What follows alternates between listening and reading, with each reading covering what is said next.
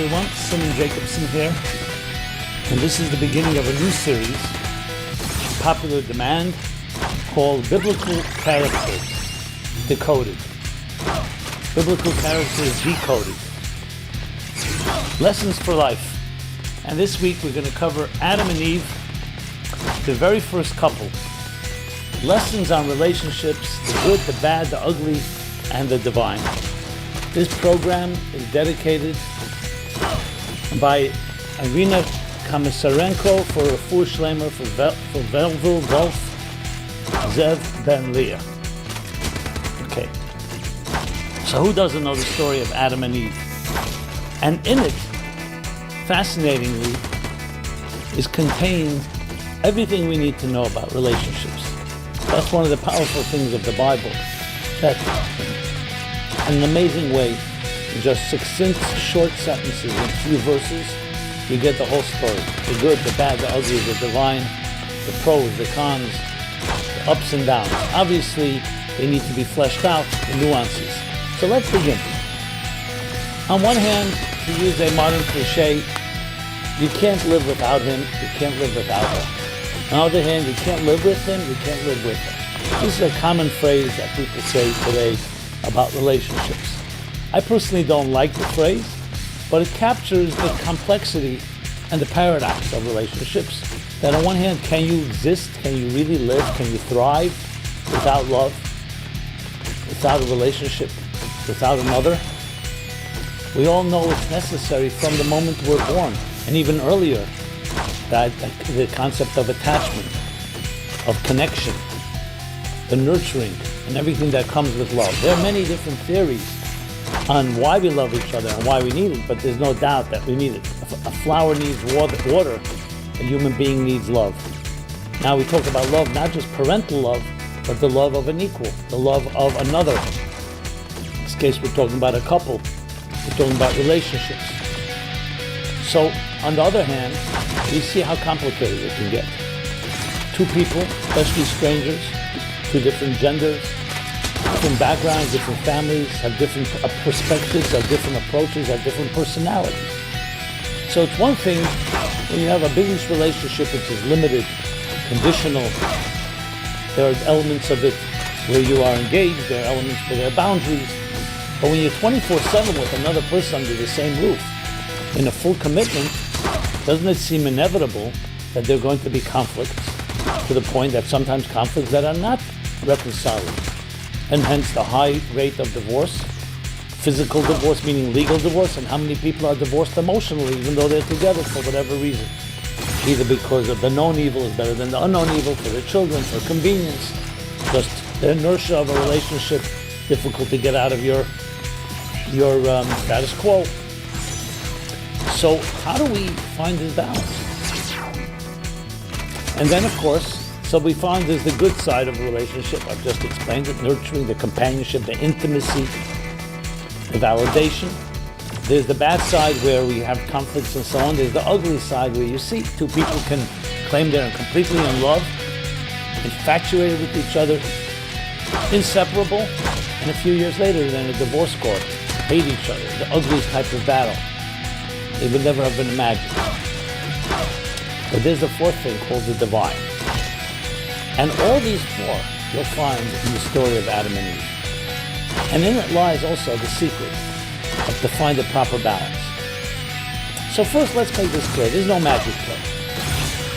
If there was, then we wouldn't keep having best-selling books that tell us the 5 secrets of relationships, of enduring relationships, of love, of marriage. Because if there was a book that did it, why is there another bestseller? Because clearly nobody has mastered this formula.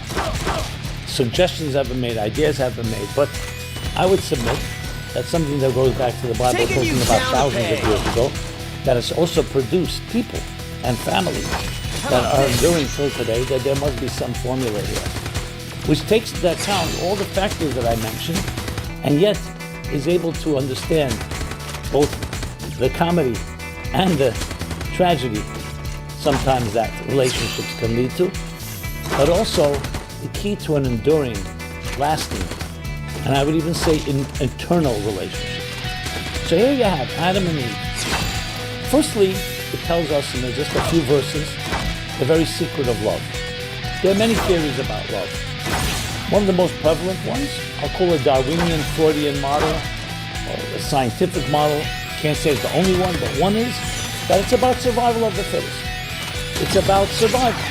The most cardinal rule in nature, in existence, and therefore in history, is the species must survive. Most important thing. And as such, the way to breed, to produce the next generation, the offspring of a species, you need them to breed. Why would they come together? So nature, in its own mysterious way, developed a thing called attraction, sexual attraction, physical attraction, different levels of attraction, brings together male and female, they breed, conceive, and produce the next generation. And every species has exactly the same thing. That necessity. The question is, however, the concept of romance and courtship, there are thinkers like Schopenhauer and others who say the whole concept of romantic love is just a delusion, a trick evolution plays on the human being because humans have mutated beyond the norm. Look at animals, they don't need the whole elaborate courting. They don't need to go on a date and let's go to a bar, let's get a drink, let's go to a museum, let's date, let's get to know each other. They understand the efficiency of yes, there are certain schemes that you'll see peacocks or elephants or birds or any other species to attract the other gender, demonstrating either their strength or their vitality or their virility, their ability to produce healthy offspring, and all that's been written about in evolutionary biological texts on this topic. But essentially it comes down to one raw, simple fact. We need to get them together, and so on. So like Schopenhauer would say, the concept of love is simply as a result of human beings becoming too smart for their own good. So instead of just breeding, they have to go into whole elaborate schemes and so on. So okay, makes them feel better, fine, so be it. The biblical Adam and Eve version, however, is very, very different. That male and female were part of one androgynous whole, one entity. And that entity was created in the divine image. It's a transcendent spiritual essential experience of oneness and unity. Then they were split into two, and that's why they're attracted to each other. Having children and offspring is a second they're blessed with. You come together, I will bless you with the ability to be fruitful and multiply and expand all over the world. But the key is the reunion of two halves of one soul, and hence we have the concept of a soulmate. It's a very different concept, a very different idea. It's driven by transcendence, not by survival. You see the difference between survival and transcendence? If love is driven by survival, then it's very much about an efficient negotiation. And you know what? If you're not helping me in my survival, it's easy for me to drop. Whereas when it's transcendence, so then it's something greater than the sum of the parts. It's not just about me, not just about you. We're both connected to something greater and deeper that's greater than both of us. And hence the concept of an eternal relationship. We're both ready to commit to something greater than me. It's not just about my needs and your needs. It doesn't mean it doesn't have needs, but doesn't begin and end with needs. It begins and ends with transcendence and something spiritual. So in addition to the three levels of compatibility so everyone's familiar with, physical, sexual compatibility, emotional compatibility, intellectual compatibility, compatibilities that all of them shift and can change in lifetime. Sometimes a person gets older, they're not as physically attractive. And the same thing with emotional, you get bored. You look for other emotional stimulations. And the same thing with intellectual compatibility, all subject to change, like everything in this world. Everything in this world changes. Everything is temporary. Everything erodes, deteriorates, and dies. Except one thing. When you're committed to something greater than you are. And that comes the fourth level of compatibility, which is the essential story of Adam and Eve, that they're both part of a divine image, a transcendent reality. And transcendence does not deteriorate, and does not erode, and doesn't die. Why? Because it's about a cause greater than yourself. It's not mortal. It's not subject to the laws of mortality. And that's why you hear that love never dies, that people even though physically they may not continue to live on. But their legacy, their spiritual connection, the mark they made in the vision they share, can go on for generations and really never end. And that is the key. And that's what the biblical story of Adam and Eve, in essence, is all about. But it's not so simple. Because we do live in a world of survival. We do live in a world of materialism. We do live in a world of selfishness and self-interest. And it always comes into play in relationships. You'll never or hardly ever find a relationship that's purely transcendent, that each individual doesn't have any personal interest.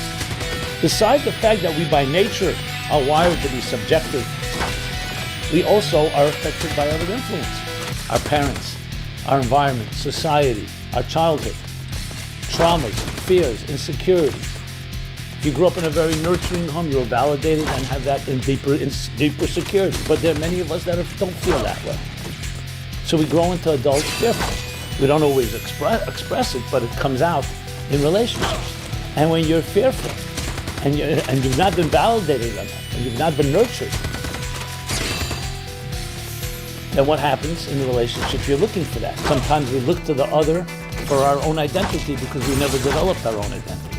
So in the healthiest model, you'd have the model of Adam and Eve. Each of us is an Adam and an Eve. Each of us with an intact soul, with a good sense of self, at the same time a good sense of boundaries. That's the perfect scenario. But there is no perfect scenario in this world. So now we have to contend with all the other factors that I just mentioned. And that's where life becomes complicated. That's where a relationship tends to lean over. It's not just the beautiful and the good and the divine. You also have the negative and even the ugly. So, but you need to understand, and that's what the Bible also addresses, that is exactly what happens to Adam and Eve. Even though they are born and created in the divine image and have that element of connection, what happens next? Of course, the famous story, the story of the tree of knowledge. And what is the story, essentially? That they were told by God, by their transcendent connection of their soulmates in the divine image shares with them that you shall eat from every tree, but not this tree of knowledge of good and evil. Don't bring evil into your life. Yes, you can know about it philosophically, but don't taste it.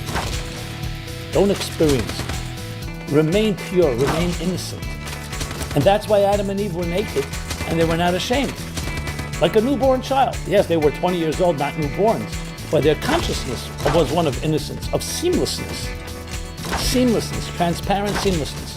Why is a child not embarrassed of its nakedness or nudity? It's not because the child is stupid or naive, because there's nothing to be ashamed of. It's part of who you are. You have eyes, you have ears, you have arms, you have legs, you have a mind, you have a heart, and you have sexuality. You have organs that perhaps are not used, obviously, by a young child, but you have parts of who you are that will help you later when the time comes right, when you find your soulmate and you can bond and connect and become one flesh and bear offspring. That's what it is. So in that sense, why should there be any self-consciousness? But then Adam and Eve in their curiosity are tempted. The serpent is the force of temptation that says, why don't you try it? Since you know the concept, why don't you taste from it? And what happens is they lose their innocence. And now they're suddenly aware of I'm self-conscious of my own entity, of my own reality. Dissonance has entered into existence. So you have the pure innocence and then the loss of innocence. Do any of us remember when we lost our innocence? You can't really pinpoint. You just can know there was that time like Paradise Lost, Rosebud of the classic Citizen Kane, the pure innocent time when we lived as children. Everything was seemingly pure. And I'm talking about if you're in a healthy environment. But then comes the first birth of dissonance, loss of innocence. And dissonance easily evolves ultimately into duplicity, into divisiveness, into all other forms of fragmentation. And especially if unfortunately we grew up in a home where there is more fragmentation than need be, conflicts between parents, judgmentalism, criticism, addictions, alcoholism, and other forms of abuse, whether it's overt or subtle. Bottom line is, it all impacts the impressionable, innocent, defenseless child. And now that pure an innocent relationship that Adam and Eve had now has entered a new stage. So actually the story of Adam and Eve is our own story, every one of us. The innocent stage of innocence, and then the post when we're no longer that innocent. And once we lose that, we don't lose it forever, as we'll soon discuss, that's where the problems begin. So now you're looking to our relationship not just for your transcendent soulmate, for experiencing a higher state of unity, the search for global unity, for personal unity, even the scientific search for a theory of everything, that singularity, to find the unity, the complete unity theory, also in our personal lives. But now we have to contend with fear, with insecurity, with inhibitions, with judgmentalism. Does she really love me? Why do I feel so paranoid? We deal with betrayal, with fears of betrayal. I mean, the list goes on, you can fill in the blanks. But this is, so we have the pre-tree of knowledge and the post-tree of knowledge in our own personal lives. And you see how the biblical story comes alive. And it's the serpent, the forces of temptation. It doesn't have to be necessarily a physical serpent in our own personal lives. It's whatever tempts us, whatever distracts us. And we may think it's very simple. Big thing, so I eat from the tree of knowledge. So I try something that's forbidden. Or I do something that is inconsistent with my real essence. But then you are a different person. You've changed.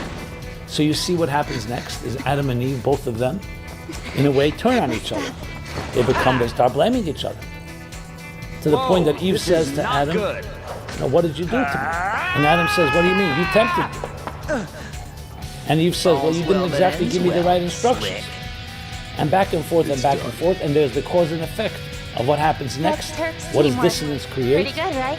A disconnect in the relationship, a disconnect from yourself. When God says to Adam, Ayeko, where are you in the Garden of Eden? What do you mean? He knows where he is. But Ayeko is the ultimate statement of dissonance. You could be sitting near someone and you say, where are you? Not you. I know where you are physically. Where's your mind? Where's your heart? I don't see you. I don't recognize you. You're aligned with me. You're aligned with your purpose.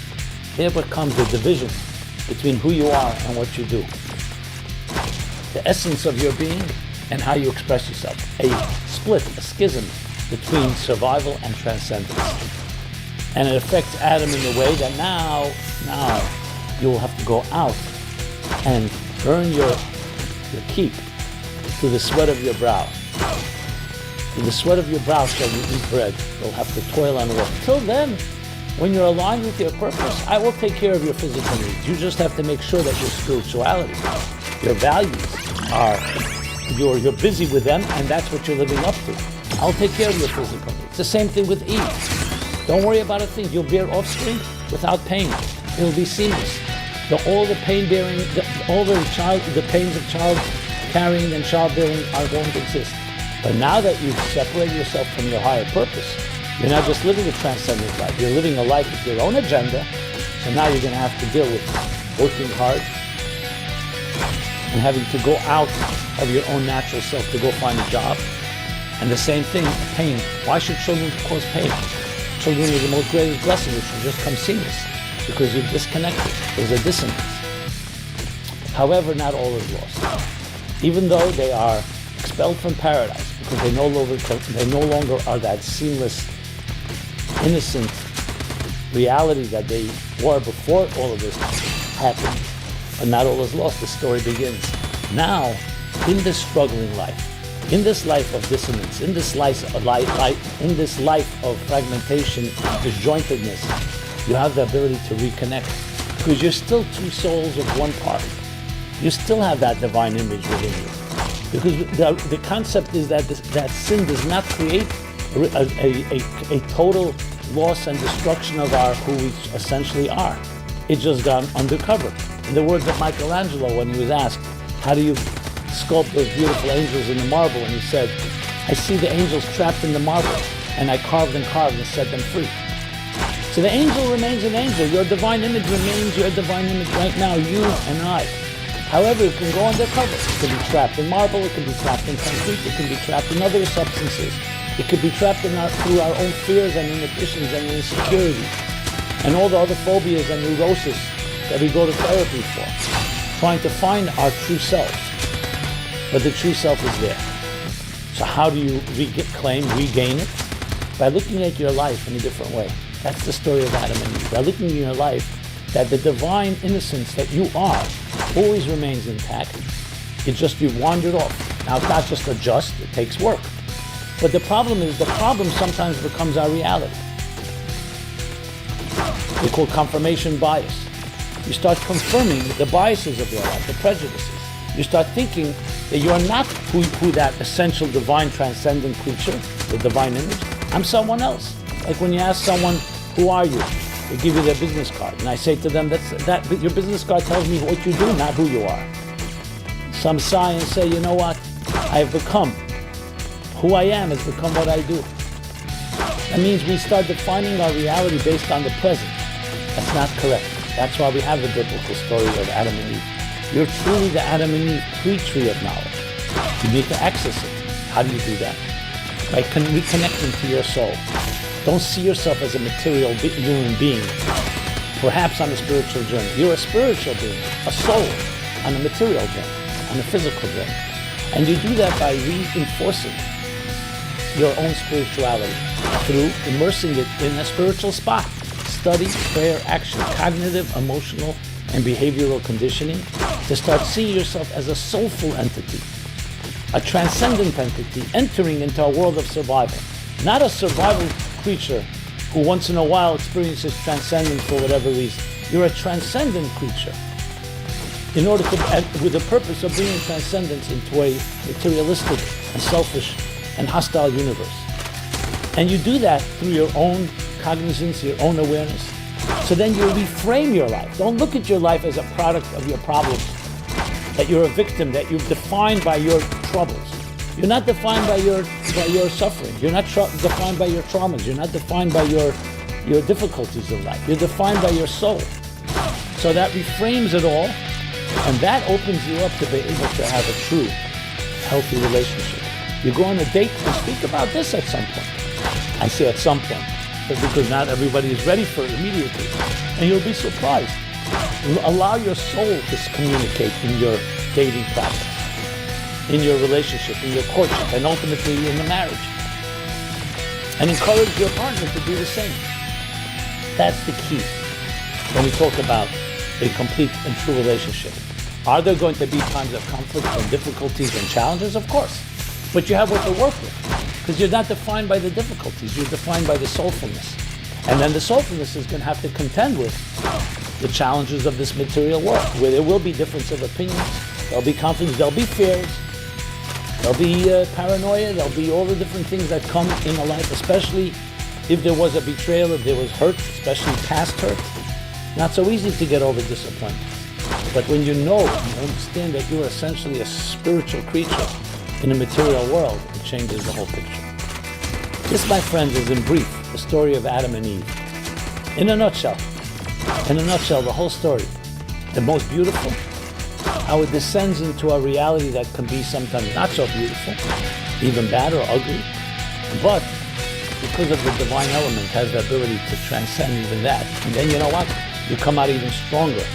Because it's one thing when a naive or innocent person has a relationship, fine. But if you've tasted the other side, you've tasted the forbidden fruit, you lost innocence, and then you reclaim and regain it. You reclaim a paradise that may have been lost for a while. And you reconcile. You have a power now that is indestructible. A power that comes from experiencing the negative, and that which doesn't kill you makes you stronger. That your relationship can thrive, and yes, be eternal.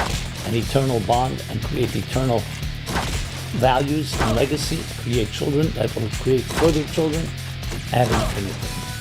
A taste of infinity, of eternity in this mortal and finite life.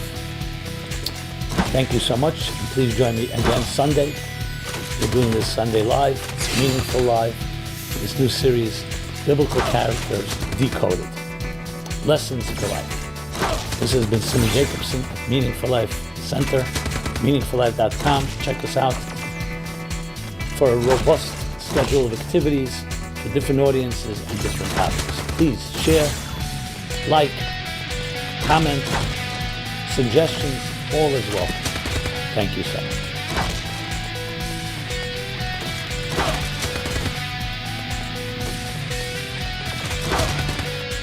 Hello everyone, Simon Jacobson here. We continue our new series called Biblical Character Decoded, Lessons for Life. And this week we will address Noah, rebuilding a broken world. It's always good to begin in the most relevant terms, language that speaks to us in our time. One of the big questions that every person will face at some point in their life is there hope after betrayal? Is there reconciliation after a violation? Throughout life, we will at least at times be hurt, and sometimes by loved ones. And it can feel like there's no way to fix something, to mend something that is broken, a broken promise, a shattered dream, a violated commitment. And we look for answers. Some of us give up. We become more resigned. We feel we really can't get out of our stuck situation. That's what I'd like to address. Now this can be on an individual level, spouses in marriage, infidelity, where the marriage is somewhat violated, or it could be between parents and children, or it could be between friends, or it could be on a collective level. A particular group went through a terrible tragedy, Holocaust. Is there hope after such loss?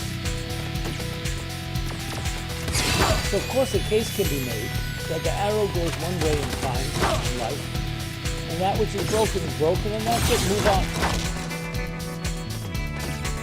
Others say, as Hemingway wrote, life breaks all people, and so much stronger in the broken places. He apparently was not that strong with his own life lesson. So this is the concept of healing and recovery. But even that is really unlimited, or we can make the best of it. And yet some do argue that there are things that I've learned, the strengths I've gained through my brokenness, is something I do not want to give up, something that is really changed me for the good. The poets write that the cracks in life is where the light gets you. So again, is that making the best with what we have, or is there something deeper to it all? Here is enter Noah of the Bible. Famous story. And its inhabitants became so corrupted, became so corrupt, so polluted, that they self-destruct. And hence comes the flood. Cause and effect. When you turn on each other, your crime, your injustice, you end up destroying each other.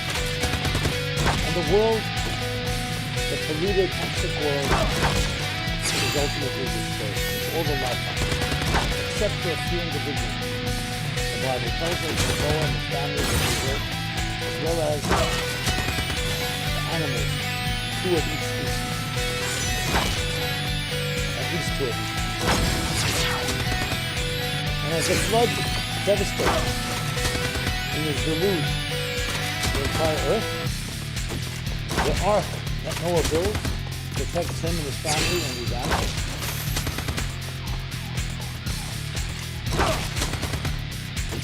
For the 40 days and 40 nights, and then as the flood subsides, comes the dramatic moment that happens. Noah sends out, as the story goes, he sends out first a raven and ultimately a dove to see if the land is beginning to dry. And then he's told, God tells Noah, now his time has arrived. Time has come for you to leave this ark, this protective ark, and rebuild what? A broken world. So we all know the story, especially in its biblical context. But what about its personal lessons? Addressing the questions that posed earlier. So therein lies tremendous lessons. First of all, let's just begin the most important one of all. That we could rebuild a broken world. Noah could have easily said, hey, you know what? People are flawed. They're imperfect. Just as they turn on each other before and do it again, why should I rebuild a broken world? And he actually had these thoughts. To the point that he even got intoxicated when he came off the ark. Because it wasn't so simple to face a world. And now that the responsibility is on his shoulders to rebuild this world, there's plenty of risks, plenty of reasons to be very pessimistic. And indeed, he actually has to be told to leave the ark. Because once he became comfortable in this ark, that protected him from the raging floodwaters, which reflect more than just raging floodwaters. They reflect the raging world, the hostile world, and the raging floodwaters sometimes are referred to all the challenges and the difficulties of making a living, the anxieties and agonies of life. But he was protected. The Baal Shem Tov, the great mystic, the founder of Hasidism,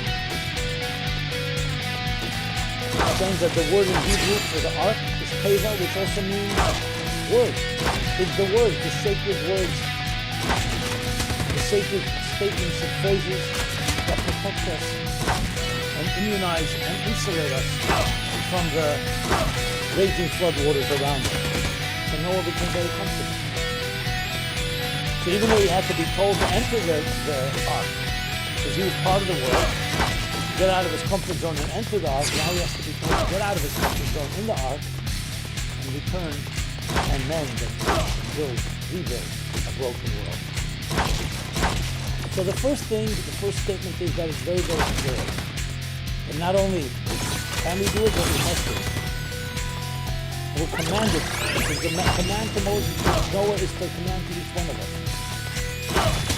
That whatever happens in our lives that may have been broken, that may have even been destroyed, due to corruption, pollution, toxins of any sort, abuse, trauma,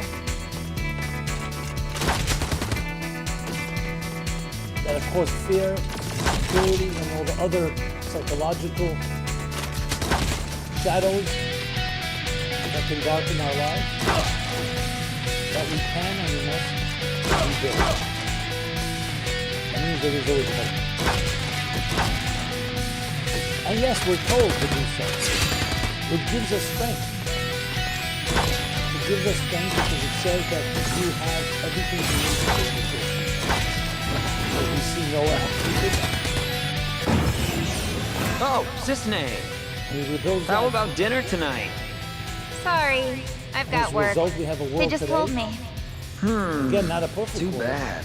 but a world that You want me to talk to your boss? ultimately a little after Noah comes. I 10 don't generations recommend later, that. Abraham My boss can be pretty begins scary. to bring light, pioneering the concepts of virtue and justice in a corrupt world, in a world that would not be destroyed again, despite all the challenges and the wars that have been fought.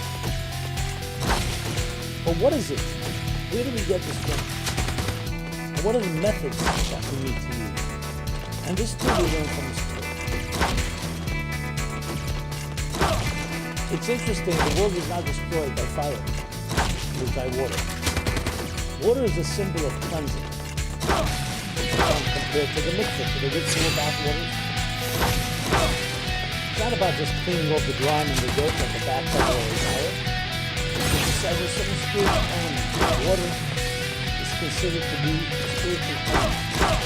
Water is compared to knowledge. Very often, what causes corruption? Ignorance. It's a lack of knowing. Sometimes that leads to malicious behavior, but it often begins with ignorance. It's stereotypes, it's discrimination, it's distortion. And then when you mix self-interest into it, you get what you get. You get the destruction that it can bring on. So water wasn't just a destroyer. Water was also a cleanser. It was also a nourisher, a nurturer. That's what water does.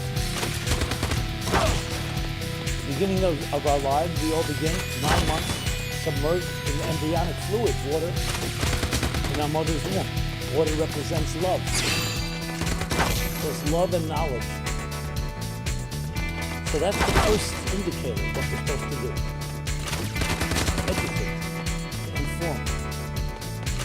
There's a statement made in the book of Isaiah that in the future, the Messianic age, there will be no longer evil and destruction in the world. And why?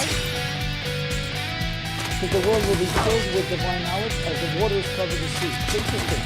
The story of Noah also begins with a world filled with lots of fire. A world filled with divine knowledge as the waters cover the sea.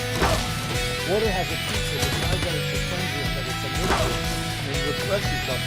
It's a symbol of love. One more thing about it. Anything submerged in water becomes completely subsumed.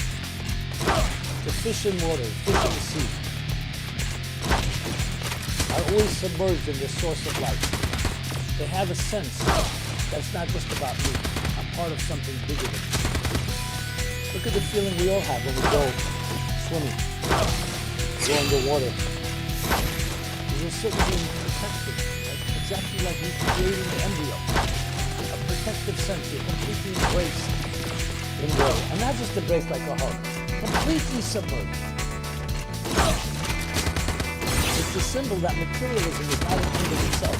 Materialism should be submerged in the stream of the waters around it. You know, when you're in the zone. Wait, what's his name? You don't sense self. Does Sam wear that suit everywhere he so goes? Submerged, so immersed in it. Were you hoping You don't even realize to it's see him in contagious. swimming It could trunks? be emotional, No, cry, just laugh. wondering if he gets hot. Someone from the outside is What's looking the at you, holdup? look, you just Let's read go. the book, you become one. You become Aren't you submerged. hot? That's what it is. It's not like two entities, subject and object that melted into one. The tension between matter and spirit, which led ultimately to the corruption of the earth and its completion.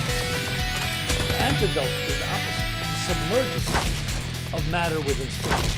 Matter is compared to the dry land, spirit is compared to God. In the mystical, Kabbalistic terminology, land is called the revealed world, like speech. Water is called the hidden world, like thought. Closer to the unifying element that thought is, where the letters and the words become submerged in the idea. The more it's expressed in words, especially in writing and action, the more the words take concept. But when you're in the zone, when you become completely, you melt in. So water itself, the thing that destroyed the universe, was actually, it's also its antidote, because that's what it needs. So it wasn't just a destroyer, it was actually cleansing the world, preparing it to realize, and materialism and existence is to be submerged in water. But there's a big caveat. Do not feel overwhelmed by these words. You need the art, you need the word. True, you're completely submerged and immersed in the book that you're reading or the music that you're listening to. And nothing else is happening. You don't even realize what you're feeling. You can't even report or describe. This is my feeling because you're so submerged in it. And yet you need the words to contain it, to be able to channel it. We want to build a world. We don't just want it to be submerged. So it's really a fusion between matter and matter. And it's not that he left the ark in the sense, okay, now he no longer has the protection. He left the ark to build in the world, that the world really should be surrounded with sacred words. Today we live in an information age. It's a deluge of another sort, information overloaded. We're also being flooded by information. So one option is just shut it all off, unplug, no access. That's not practical for most people. The ultimate goal is to, by all means, get all the benefits of this flood. But surround yourself. Make sure that you have filters. Make sure you are insulated with the right words and the focus of light. All right, this is a defensible spot. What is it driving for? Not just an end in Go itself. ahead and get some sleep. It's a means for transcendence. I'll keep watch. So don't you worry. This lies all the secret of how Noah rebuilt the broken. And how does that apply to our personal lives? It's one thing, someone betrays another, violates the trust, hurts, abuses, breaks a promise, breaks an oath, a vow, and says, okay, I made a mistake, forgive me. So first of all, can they really be forgiven? Do they not do it again? Are they just trying to find an easy way out? But let's assume that they're sincere. But you, as the person who's hurt, says, how do I not trust? How do I rebuild trust? So here's the thing. We're not talking about creating perfection. We're not saying, okay, the world was broken, and now let's create a perfect world. The world continues to have potential. The world continues to be potentially a place where things can be broken. But you learn accountability. Trust is built on accountability, not on trust. Accountability means a person who acknowledges and not covering it up, not hiding it, is not lying. It also means that you add water into the self-knowledge, awareness, consciousness. Those are part of accountability. That we would develop the trait that I often talk about, dikkur. Hebrew word for submersion. You're becoming knowledgeable, but that you're surrendering to it. You're being submerged and consumed by it. You are being absorbed by something greater than you. These are the things we look for when we try to rebuild the trust that we broke. So there is a method. It's not just a promise made, promise broken, and now promise again, and repeat the cycle. No, there's a paradigm shift. There's a fundamental shift that we learned from the first break. We need to submerge in water. That we need to have that insulation, the oasis of sacred words. That we need to have the dikkur, the modesty, the humility, most importantly, the surrender, the commitment, and dedication to something greater than yourself. So though we're no longer physically in the ark, we still need art. An oasis in time and space. Something to be a Shabbat, where we just unplug from the mechanical universe. It could be any other time of the day where we pray or we study. Someone we love, find special time to create your own little art. That's how we rebuild a broken world. That's how we rebuild even after trust was breached. So it's not just going back to square one, trying it again. We learn something. And above all, going to the most important point, is confidence. That the break of the universe, things that are broken, is not the default state. The harmony, the tikkun, the repair is the default state. The beautiful world. The break is an anomaly, an aberration that needs to be dealt with, not be ignored. And that's why it's a given. That after the flood, you can come out and rebuild a broken world, a broken life. Even when their promises are broken, even when they're past. Of course, you could become Zion, you can relationships to deeply hurt. I don't want to try that, I don't want to be hurt again. No return, I'm not suggesting go back to what you tried again. Now you have to go deeper, you have to find new resources, you have to look the deeper signs of what shows trust. Get those qualities in place. The water, the dikkur, the humility and dedication to something greater than yourself. You see that in the other person. The words, that they have sacred words that they surround themselves with, they have their priorities in place. Where matter is being sublimated in the spirit of water. Those are the ingredients that you can build trust and rebuild anything that you get. So here we have lessons from Noah, how to rebuild a broken world. Whether it's a larger world or whether it's the world of microcosm. This has been Simon Jacobson. For Life Something.com. There's a new series, every Sunday, 3 p.m. Eastern Daylight Time. Access anytime at tenfold.com. Check out our schedule, program. I'd love to hear feedback, share, like, questions, thoughts, suggestions. Thank you so much. May you live a life where you have real break, because there is a break. And you have to take care of your life.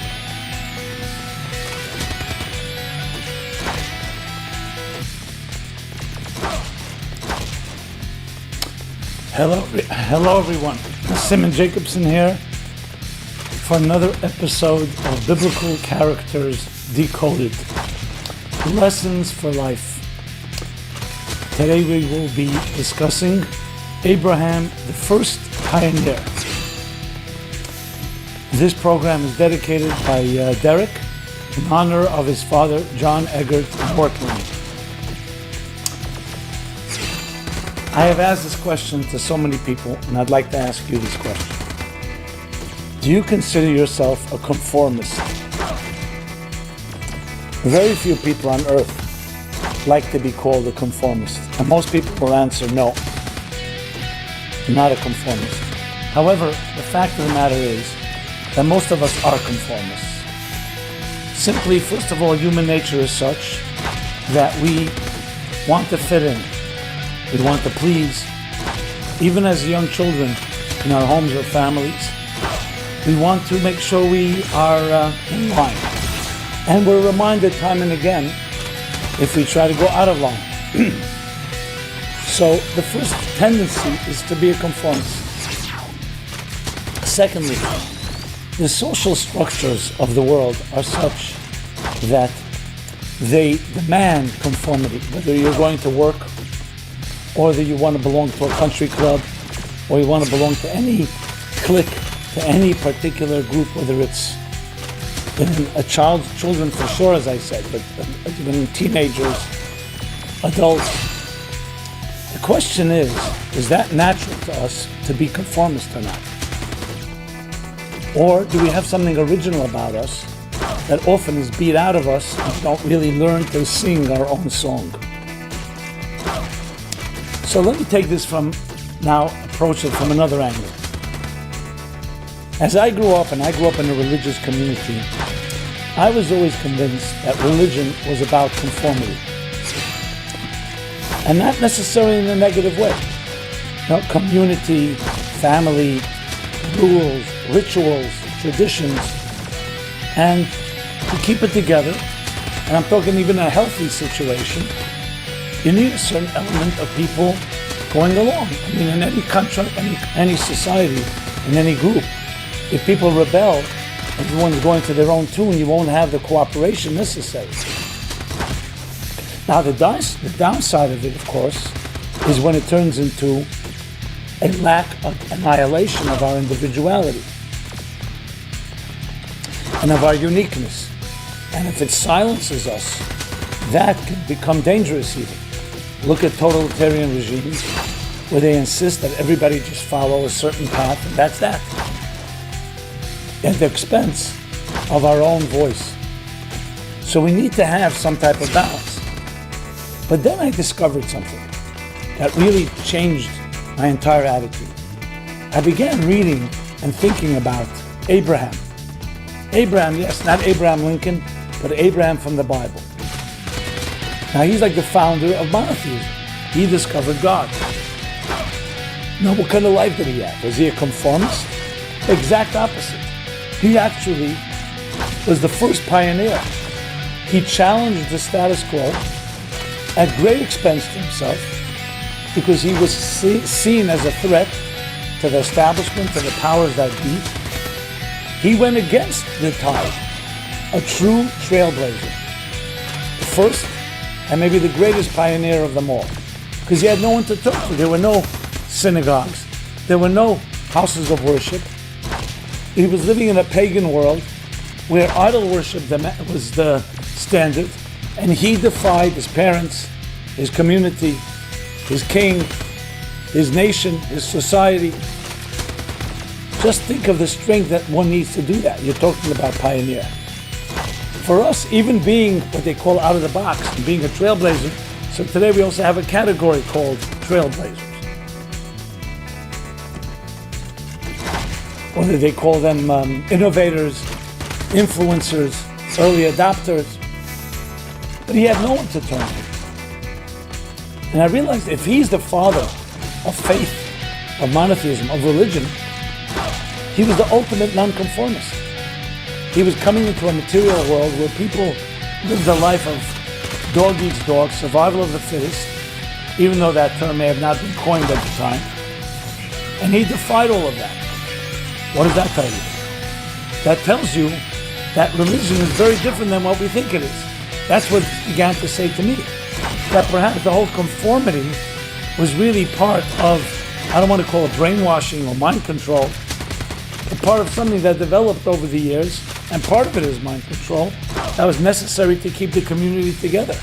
But in essence, it's actually about going beyond, it's about transcendence. And we're going beyond the norm, beyond the group and herd mentality, and to think really out of the box. Over the years, that too became established and became laws and rules. But what about the very laws and rules themselves? Are they conformity driven or are they free-spirited driven? So let's use music as an example. Musical notes are structured. There are only that many musical notes on the scale. There are only that many keys on a piano. There are only that many strings on another instrument. The same with every musical instrument. And yet, what it produces is not in any way bound to a particular structure. It produces tremendous effect on us in transporting us to another time and place. Music does. The magic of music. So you see that structure doesn't necessarily mean conformity. Structure means you're following certain guidelines in order to go beyond structure. And that's what Abraham was really all about. Unfortunately, it took on the shape for some as being only structure and losing the magic, losing the music, losing the song. And that's where individuality and cooperation come together. The cooperation is synergy. It was never meant to be squashing or eliminating or annihilating individuality. It was meant to create this synergy that only many individuals can create together, like music. But it was never meant to eliminate the individuality. It's a perfect balance between harmony within diversity. And that's what Abraham taught. So when you think about it, we have either two extremes. Either you become this free spirit, I do whatever I want, I go to my own, I sing to my own song, play to my own drum, whatever the expression is, beat to my own drum, pure individuality. Or the other extreme, conformity. Don't make trouble, fit in, the herd mentality. The truth is, it's neither of the two. It's really utter free-spiritedness, but not free-spiritedness at the expense of the synergy, but complementing each other. So when you think about it, we each truly are pioneers and can be pioneers. You are born an original, don't become a copy. You have a song to sing, many songs to sing. Don't allow it to be drowned out by the pressures and demands of others. Because a healthy environment, a healthy family, healthy parents won't insist that you do it their way. They'll help cultivate and nourish and nurture your individuality. And yet at the same time, a healthy individuality does not need to run away from working with others. Many people who seem to be bohemians and these free spirits, it may just be fear of commitment, fear of staying in one place for too long.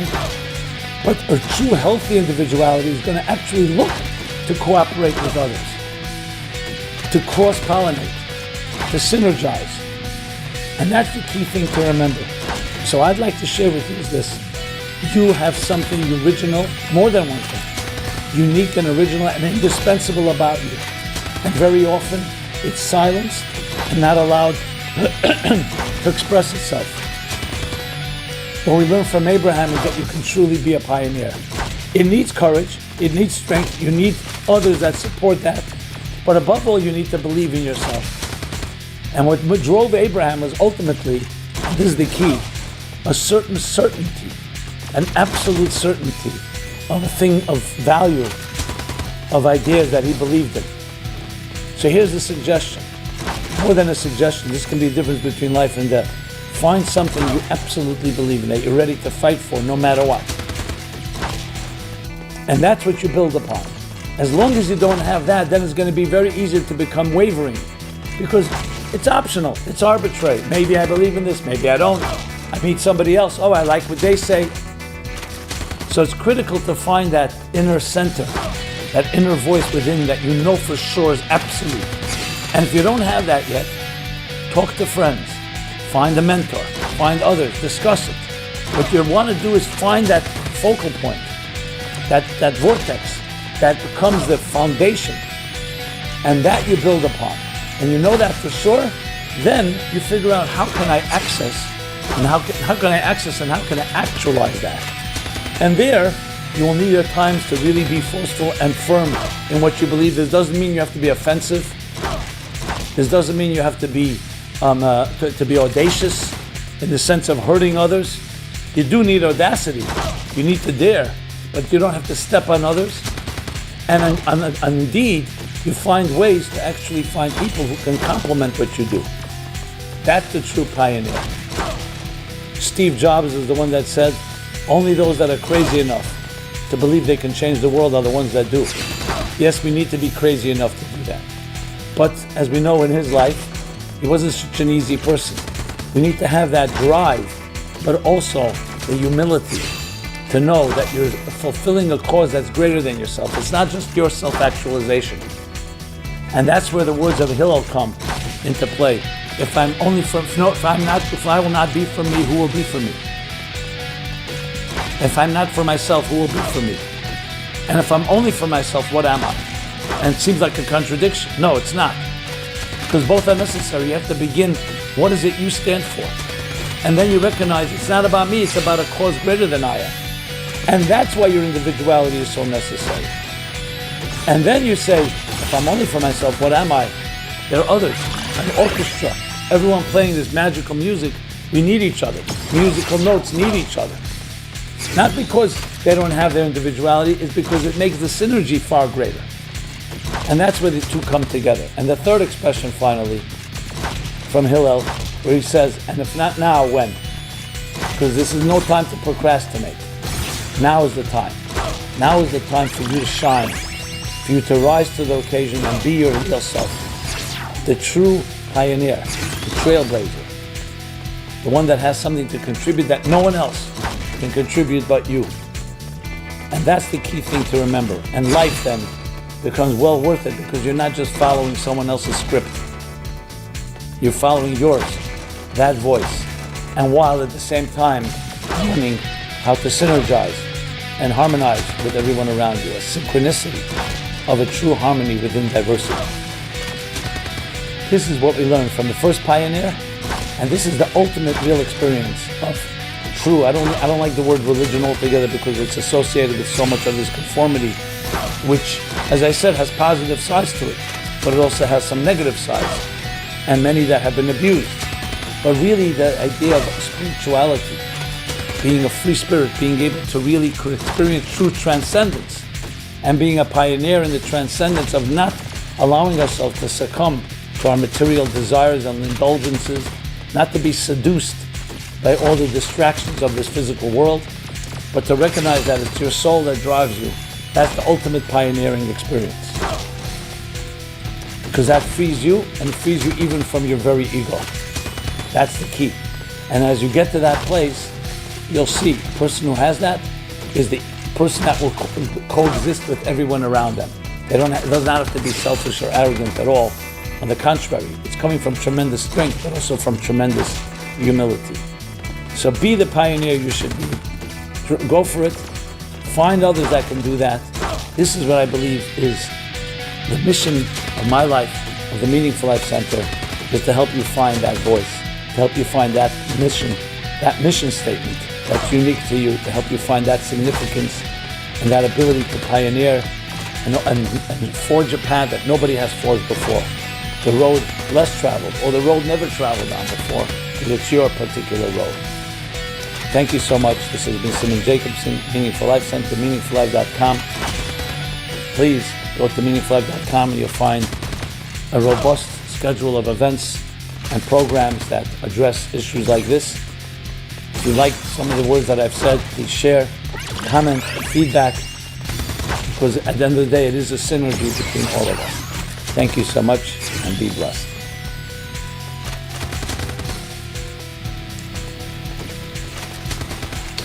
Hello everyone, Simon Jacobson here. We continue our growing popular new series, Bible Characters Decoded, Lessons in Life. This week we'll be addressing Sarah, the first lady of the Bible. What is the true feminine mystique? The quintessential woman. This program is dedicated by Clara Mehinajin of blessed memory, a woman, a mom, a grandma, a friend, and an inspiration for us all. So first, one important qualification. The real true first lady in the Bible, of course, is Eve. In Hebrew, Chava is the mother of all life. However, when we talk about Abraham being our first father, first patriarch, so in that context, you can say Sarah is the first lady. So as always, there are nuances. But the bottom line is, let's talk about this. Now I have to also make another qualification. As you can tell, I'm a man. And at the end of the day, there's a certain lack of total credibility when a man talks about feminine mystique. It's like that joke they tell. A guy asks a woman and says, what do you, the joke they tell, I should repeat that. A woman asks a man, what do you think about feminine, woman's intuition? And he says a bunch of hogwash. He said, how did I know you were going to say that? So, yet, I'm not coming just from my own experience or perspective, that I've had great, wonderful women around me in my life, but also from the deeper mystical and spiritual perspective of the feminine archetype. And though, yes, a woman would probably be much more fitting to talk about this, but I want to share a few thoughts which may be meaningful to all of us. Gender issues in general, masculine, feminine, have been, especially lately, in the news and headlines. We're not really going to address that, but there's no question that there's a crisis and a challenge in identity in general, especially gender and sexual identity. That's why it's very good to often go back to the roots. And the Bible does teach us things that are surprisingly timely and extremely relevant to the 21st century. Ready to be a hero. Despite the stereotype that one would think that these are archaic ideas.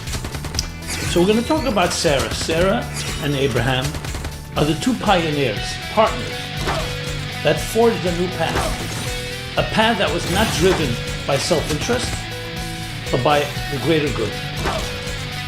And not that they were pushovers, not that they forgot about their own needs, but they dedicated their lives to create a new way of looking at the world. Instead of it being about my interests and myself and my needs first, they had open home. Not only an open home, they went out, reached out to people, inspired them spiritually. As we're told in so many different ways, their chesed, their kindness, was legendary. But remember, they were the pioneers. It wasn't something that was a given and everybody was doing it. They were pioneers. As I discussed in the last program about Abraham, the first pioneer. But Sarah was the equal partner. So what do we learn about not just their general partnership, but Sarah's particular touch that we can learn about that teaches us so much today? So there's a fascinating episode in the Bible that after Sarah passes away, interestingly, it's after she passes away, we learn virtues about her that we didn't even know about before that. They were there, but they became far more apparent, which itself is a tremendous lesson in life that I just would like to stop and pause on for a moment. that if you really want to see someone's eternal contribution, it's not always when you see them in their lifetime, because in their lifetime they're present. So obviously they're having their influences. You know when you really see it? When they're physically no longer here. Are they remembered? Is there a legacy? I'm speaking now to you almost 4,000 years later, 3,800 years since Sarah lived. And there's indeed a chapter called The Life of Sarah. What it actually talks about is life after her passing, because that's when you suddenly see, more than ever, the real impact. They said, when the light is shining, but when the light is dim, where you don't see the person's light, are they still affecting generations to come? And she did indeed. And here's the story. So after she passes away, Abraham determines it's time for Isaac to find for Isaac a bride. He sends a servant who goes out and finds Rebecca. Rebecca finally meets Isaac. Long story, but they come together. And here's their first encounter. Where you see, talk about love at first sight, but not in the Hollywood superficial style. We're talking about a love that would last not just in their lifetime, but thousands of years. Many people say they fall in love. 2 years later, they're fighting in an ugly divorce war in court. They meet. Isaac brings her into the tent. They lived in tents. Into Sarah's tent. And he sees that it's like his mother reappearing. Now, most of us don't want to marry someone like our mother. But you know who Sarah was, the ultimate paragon of a woman. But what did he see? So interestingly, he sees 4 features in her.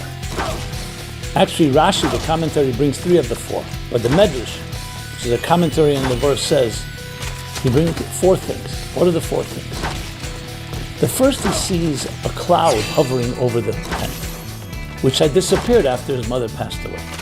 The second thing, he sees a flame burning from Friday to Friday, all week. The third, he sees a blessing in her dough, that's the expression, in the food she prepared. And the fourth thing, he sees that the doors of the tent are open and welcoming to everyone, whoever wants to come from any direction. That's the fourth one Rashi does not cite. But those are the 4. Now, when you think about it, it sounds okay, nice, a little poetic, romantic, but no, they signify 4 tremendous features in the feminine mystique that if we were able to somewhat bottle it into a formula, we would have a very different world. Now, many of you may already be following these guidelines, but it's worthwhile describing them. So what do these 4 signify? The cloud, the flame, the blessing in the dough, and the 4-sided, the doors open in all directions. It signifies the 4 most important features in a human being in general, and especially in a woman.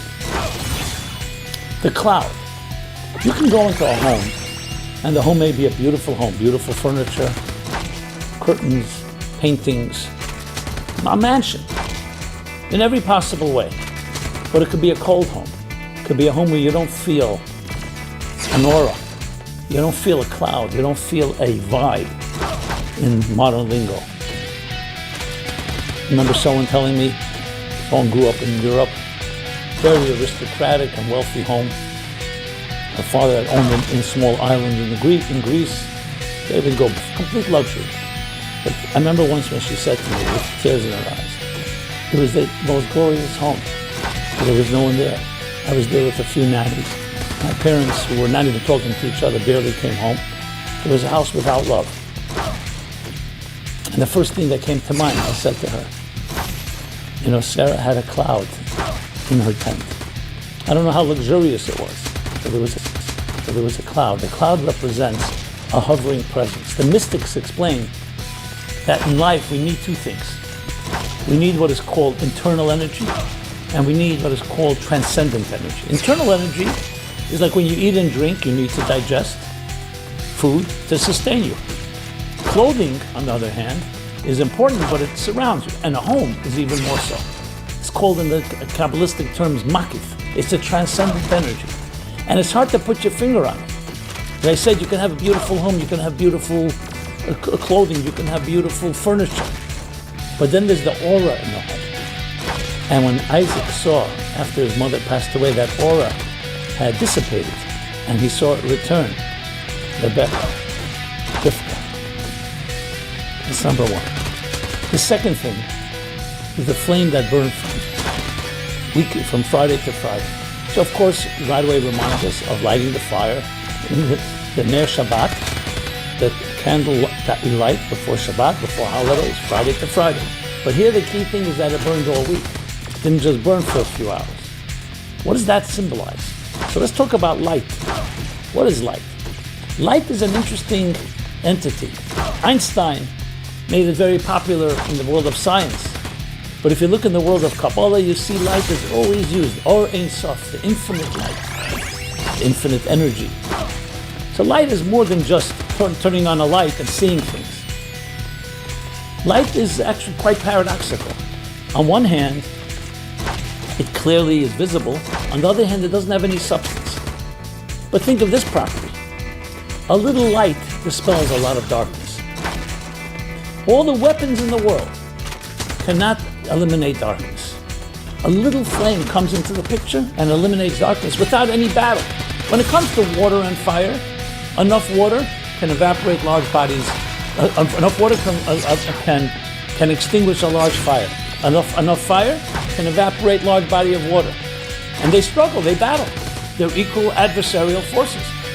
When it comes to light and darkness, as soon as a little light enters into the darkest room, that area will be illuminated. You may need more light to illuminate a darker space, a larger dark space. But light doesn't have any battle going on. Indeed, King Solomon in Ecclesiastes compares it to wisdom. He says, wisdom dominates over folly, over nonsense. A wise person over a foolish person, like light over darkness. There's no battle. The battle is only when there is no light. Darkness then is the absence of light. What is it relevant in our case? Ushering in the Shabbat, ushering in that sacred day, that oasis, in a busy world, especially in a world like ours, requires something far deeper, far more subtle than all the weapons and all the instruments and all the gadgets that we have. All it is lighting a little flame. And what he saw by his mother and then by Rebecca, it returned, he saw it didn't just light a flame, but a flame burned all the time.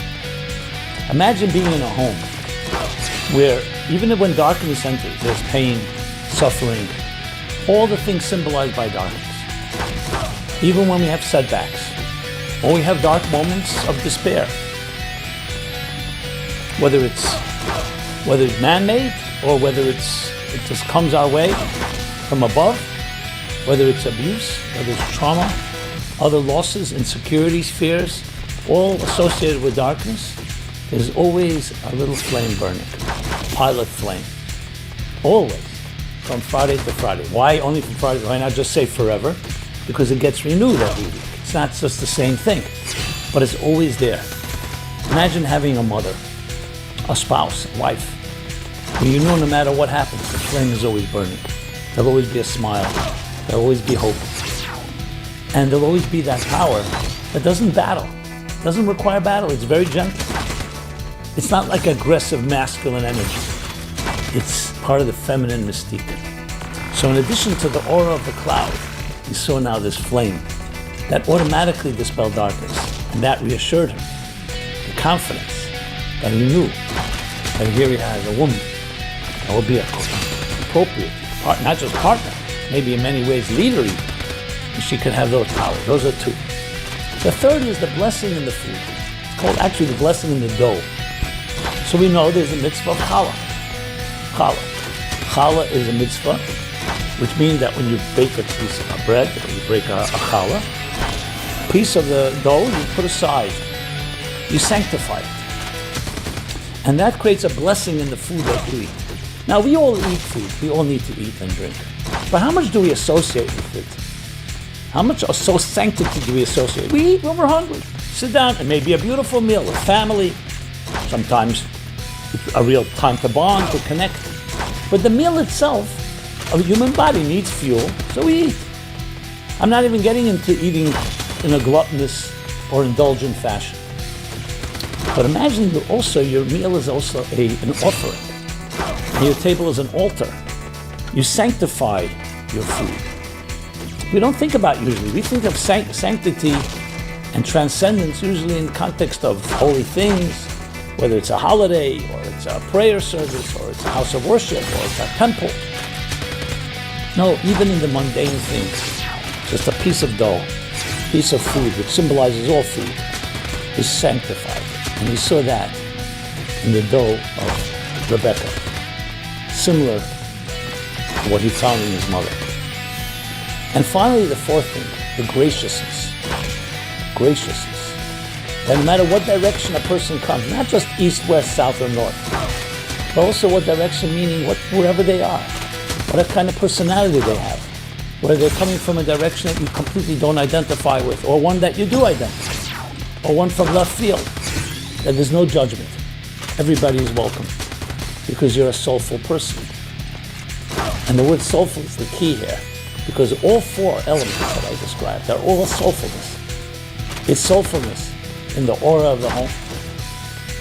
It's soulfulness in the light, in the spirituality, and the soul, which is compared to a flame. The soul of a human being is the divine flame that dispels darkness automatically.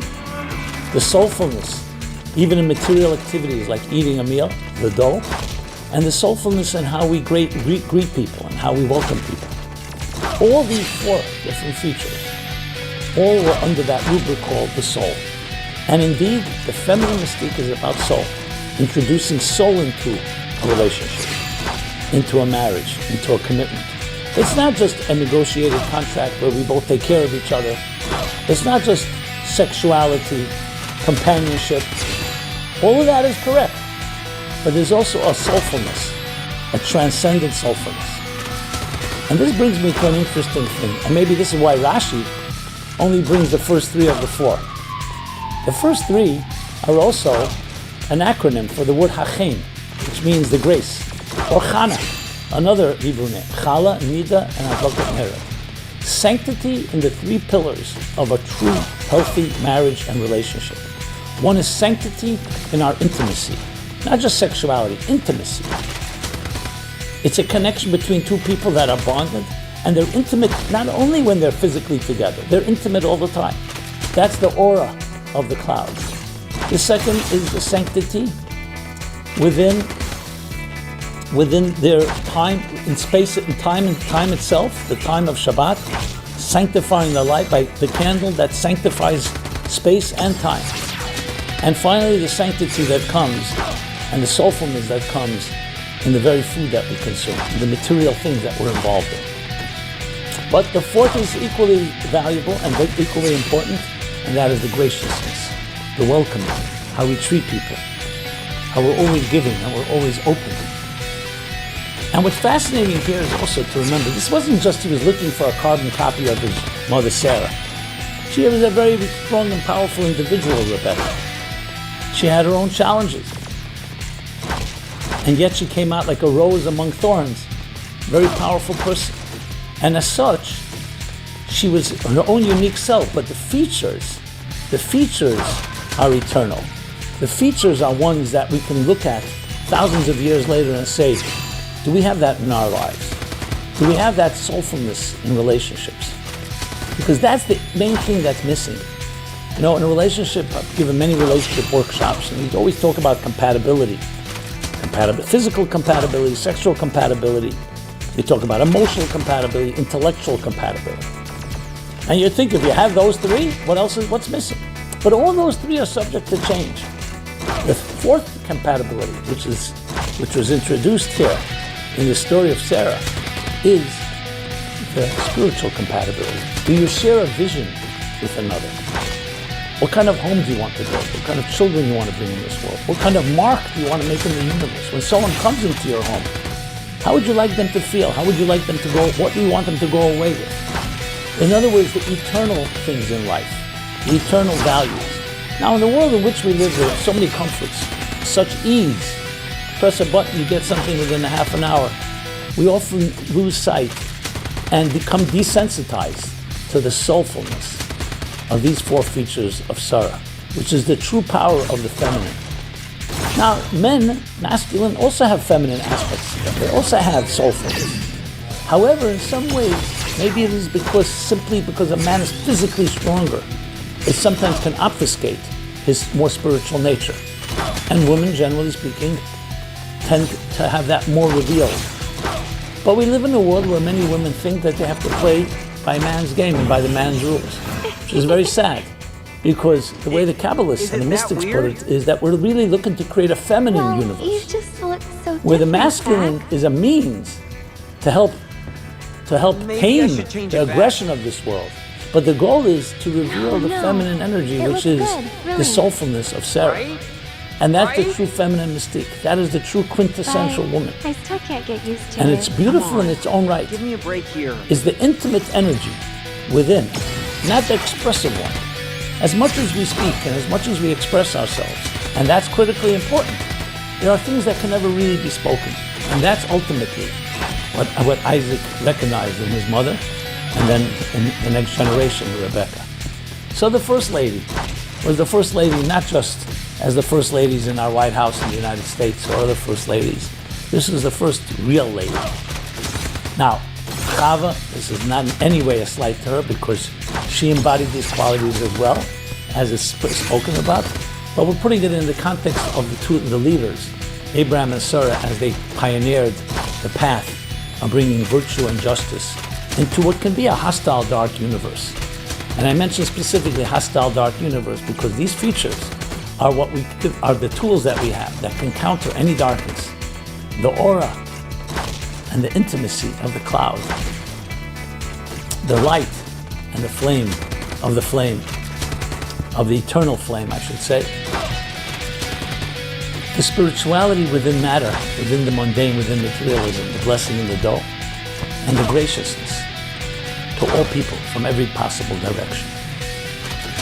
I hope I did a little justice to this great lady called Sarah, and I hope we all can learn lessons from her, all of us, in making our world a more gentle, kinder place, turning our world into a garden, not just into a shelter, but into a garden, a beautiful garden.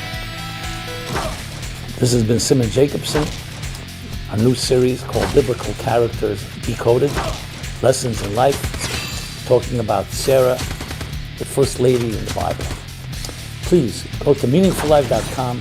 That's our website where you can find a schedule of upcoming events and programs, topics, you name it, from A to Z.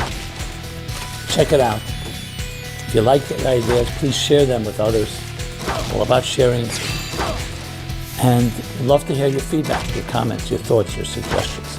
Thank you so much, and be blessed.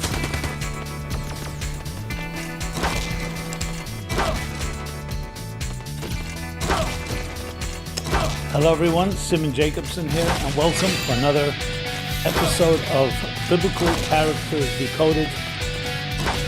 We're going to be speaking about Jacob and Esau and the Bible, the battle between good and evil. This program is dedicated by Lisa Hawkins in honor of her mother, Sarai Rosen's Yahrzeit. The best-selling book of all time is the Bible. It's such a big bestseller that it doesn't even hit any of the bestseller lists. How ironic, right? Well, there's a reason for it. Because it's a book that goes back thousands of years and yet remains as timely as ever. Its stories, its narratives, its characters, people find, reflect, and mirror our own lives. So we've been doing this series, taking different biblical characters, addressing the core story and how it's relevant and meaningful in our personal lives with the different lessons, sometimes surprising ones that it provides. So let's talk about the classic battle between the twin brothers, Jacob and Esau, famous story in the Bible where Rebecca is carrying twins and she has a very difficult pregnancy. And she asks God, why is it so difficult? And God tells her, because you're carrying two nations within you. Two nations, two archetypes, two forces. And they will be in perpetual struggle throughout their lives. And that's being reflected in your womb, the two brothers that would end up becoming Esau and Jacob. Now both are children of Isaac and Rebekah, righteous people, the most righteous in history, and yet they were very antithetical to each other, alter egos, you can say. And the story goes, they look different, their personalities are different, and yes, they are in conflict. Their personality type, their attitudes, but I wouldn't call it just good and evil because that makes it too simple. It's actually two voices and two forces, like two nations, archetypes that are within each one of us. Because as I said, they're both children of great people. So it's hard to say that. One was a cruel, wicked person, the other one was a tzaddik and a righteous one. They were two forces which can go in both directions. Jacob was known as Ish Tom Yoshev Ahalan. He was the innocent one, the scholar, the wholesome one. He spent time studying. Esau is described as a warrior, a hunter, a person who knew the guile and all the shrewdness of hunting in this world. Now, they seem to be antithetical, of course, to each other, but when you think about it, it's actually two forces within each one of us. We both have the voice of survival, where we need to go to war, where we need to protect ourselves, where we need to defend ourselves against the elements and against the different hostile forces that exist out there. And then there's the other one side of us, you can say the scholar, the transcendent voice that focuses on spiritual ideals, the aspirations, the dreams that each of us has. And they are in constant conflict. Who will dominate? Which voice will be the one that you follow? Is it the voice of self-interest? Is it the voice of transcendence? And just to spell it out in specific detail, most of our lives in this material world, we are busy with surviving. What that means is eating, drinking, grooming, personal life, our pleasures, sexuality, entertainment, work. I mean, a third of our lives, almost a third at least, we're asleep. 1/3. If we sleep 8 hours a day, 8 hours a night, that's 1/3 of the day. It's a 24-hour day. But even if you sleep less than that, if you think of it, most of the day we are focusing on existing or surviving. And then there's another voice within each of us, which is that we're not satisfied with animal bliss, with just hunting and with surviving, but we also search for something transcendent, which means something that is beyond just the existence. And that is satisfied in many different ways. For some people it's through literature, art, music, romance, love, travel. For many it's through religion, faith, spirituality. I mean, there are many different outlets, but it's very clear that we're not satisfied just with making.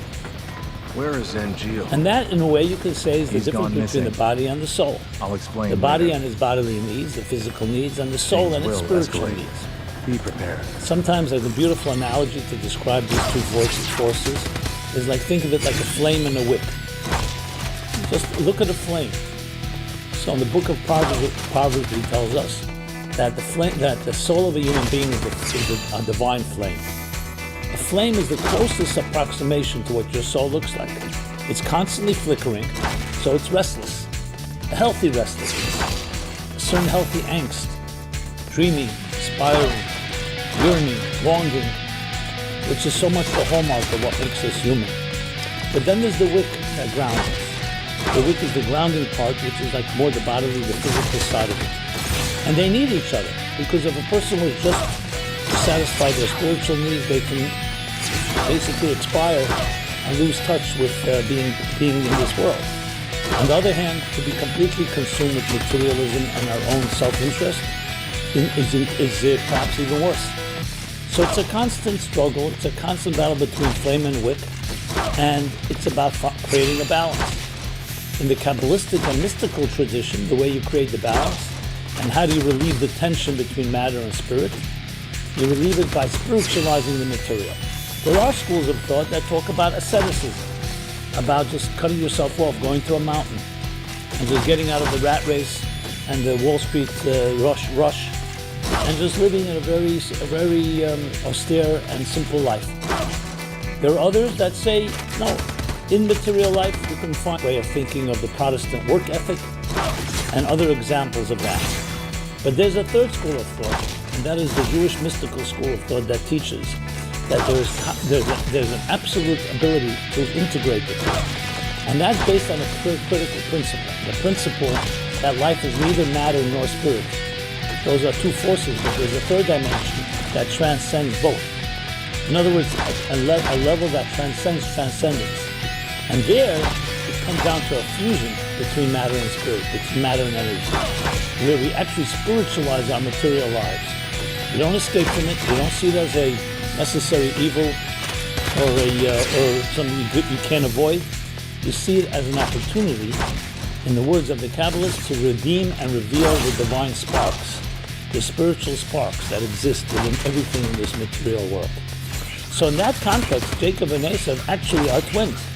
They both need each other, with Esav representing more the body and the physical side of it, and Jacob representing the soul and the spirit. And they need each other. The body is the vehicle, and the soul is the captain of the ship. And they need to speak to each other and need to integrate with each other. The problem is that they have their own interests. At the surface level, at least ostensibly, soul and body don't necessarily want to work well with each other because they have very different goals. The soul is seeking transcendence, seeking higher purpose, seeking meaning in life, and the body is seeking self-pleasure, seeking fulfillment of its own desires and its temptations and whatever its impulses direct us towards.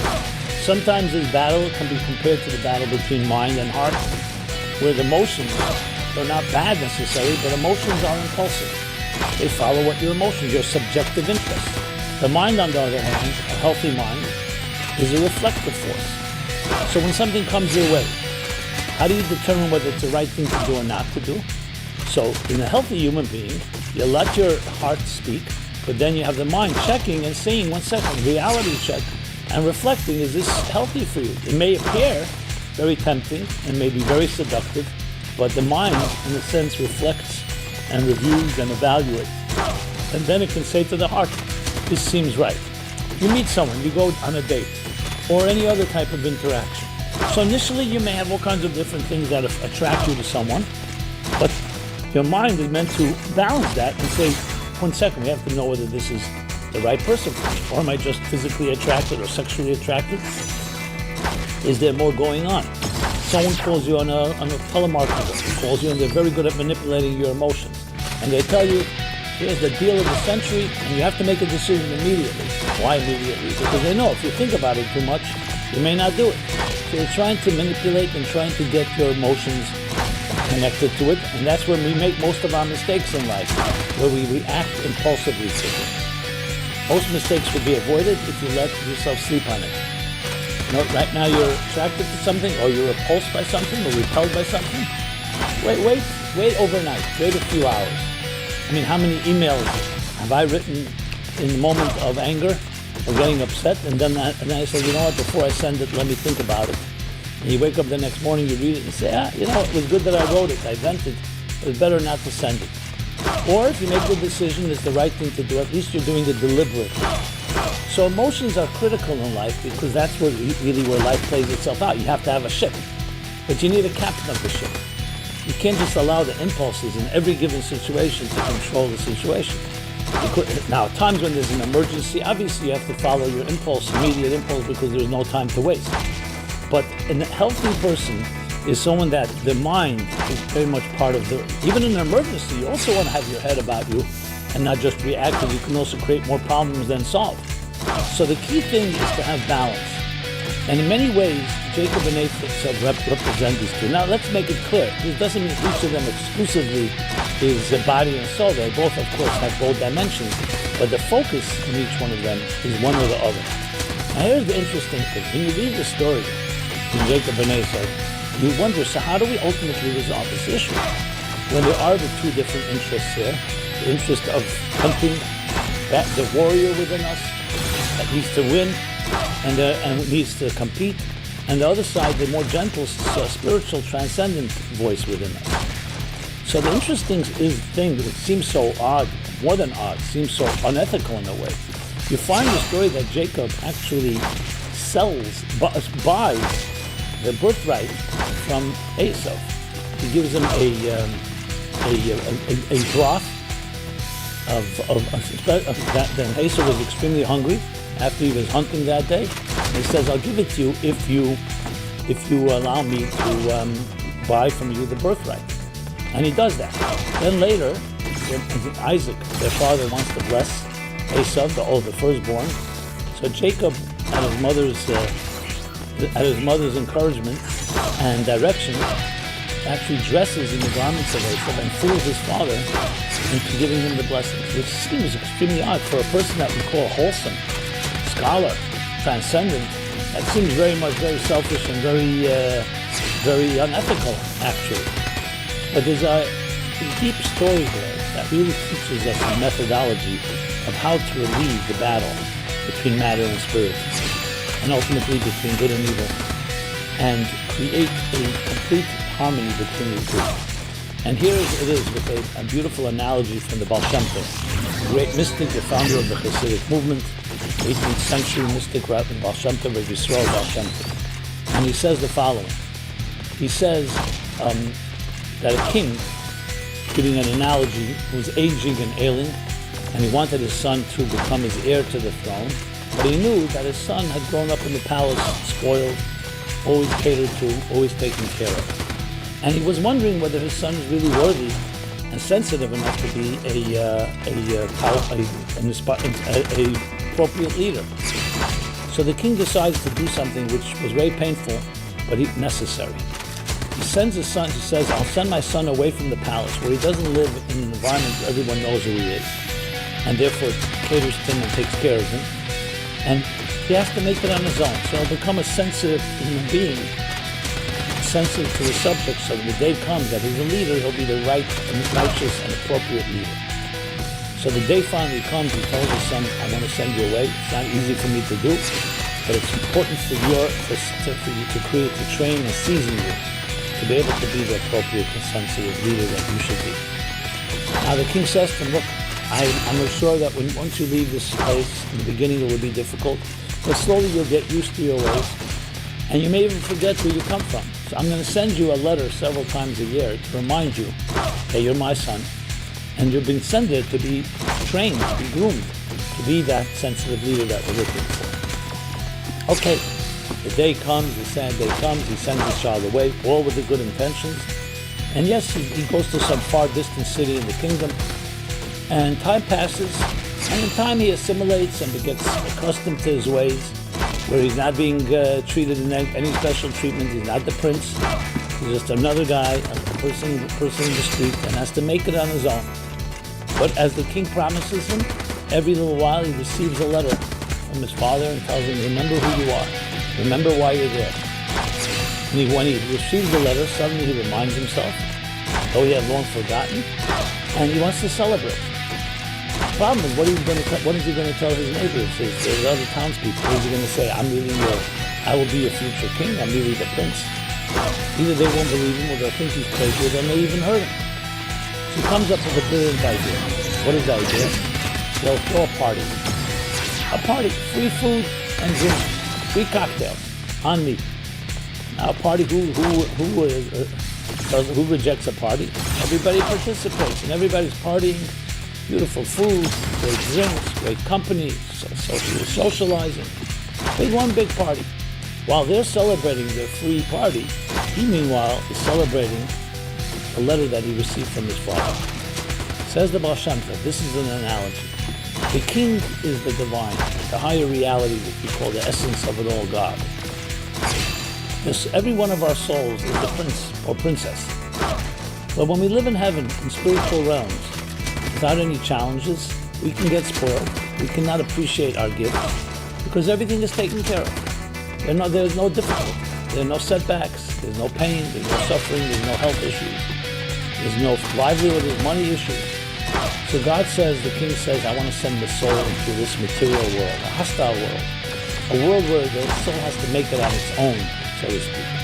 I will give it strength, but it has to make it. It can't be just seen that it's like the prince or the princess in the palace.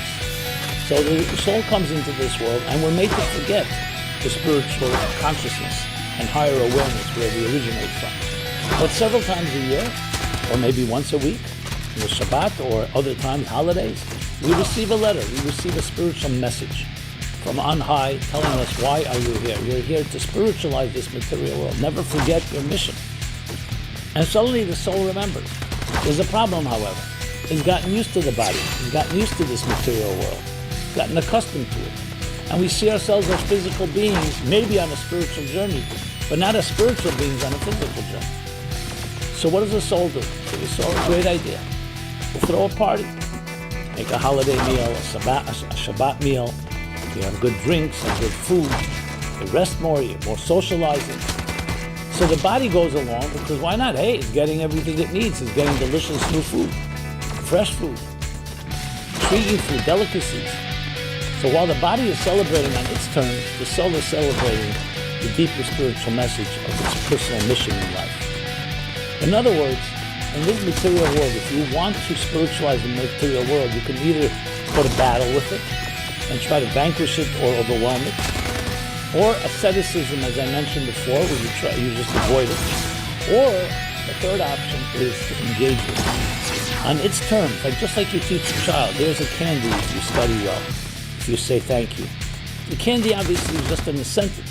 The child will grow older, will realize that was just a way of teaching the value of being a good person. So we educate the body on its terms and say, fine, it's good. Being a good person is good also materially. It's also good for you. So the animal within us, the animal soul within us, the Esav within us, is thanking. I'm getting good food, I'm getting a good broth. Jacob dressed up in the garments of Esav means that the soul dresses up in the garments of the material world. And on its terms, it explains that it's good for you as well. That's what a good marketing and salesperson does. That teaches us that it's also good for us. So while the body is celebrating, the material world is celebrating its benefits, the soul can really celebrate its real truth behind it all. So there are really two partners, two twins, a set of twins, all doing one job. That was really the goal. So when you read the story, the deeper part of the story, you realize it's actually the formula for harmony between matter and spirit, between body and soul, between the inner and the outer, between form and function, to create one fusion. And that's the story of our lives, because we too have these two voices. Every moment of your life, you have two choices. Are you going to do something for yourself, or are you going to do something for others? Is it self-interest driven? Is it egocentric? Or is it God-centric? Is it driven by what you need right now? Or is it driven by the higher purpose of your life? And you wake up in the morning, you could say, I'll sleep another half hour. No, I'm going to get up to help somebody, to volunteer. You make money. Will I share some of that money in a charitable and kind way? You're talented, or you have other gifts. Are you going to use it just for your own needs, or also share? This is the battle between the Jacob and Esav within us. We're not asking you to give up the material world. We're not asking you to destroy it. We're not asking you to avoid it. We're saying you can spiritualize it. Teach matter and the physical world to align itself, that it's also in your interest. Transcendence. Transcendence is not just for the soul, it's also for the body. But the body has to be trained. Just like you have to teach a young child from a young age, you have to train the child on its terms. So as a young child, you do it for the ulterior motive. Just like when you teach an idea, you have to dress it up in examples and analogies and metaphors. You're not compromising the idea, you're simply putting it into terms that someone can understand. And as they get older, they can strip it from those analogies and come to understand, that's what you meant. And that's the ultimate goal. So at the end of the day, even though these two forces can turn into good and to evil, but it's not purely just that. It's about really integrating and recognizing that they both are parts of one reality. And ultimately, Jacob and Esau, the end of their story is that they will join together. It takes time. As we refine the material world and we refine our own material physical lives, we turn it into a vehicle for spiritual growth and spiritual transcendence. And that will be the day, what we call the Messianic age, when they will join together, body and soul, matter and spirit, form and function, in one dance, one harmony, one synthesis, where they both are focused on the third dimension, which is neither body nor soul, that transcends even transcendence, a reality that is able to integrate the two because it comes from a place that's greater than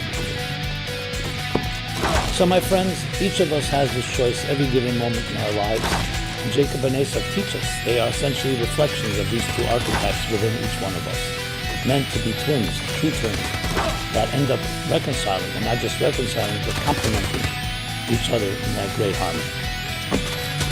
Thank you for listening. This has been Simon Jacobson, Biblical Characters Decoded.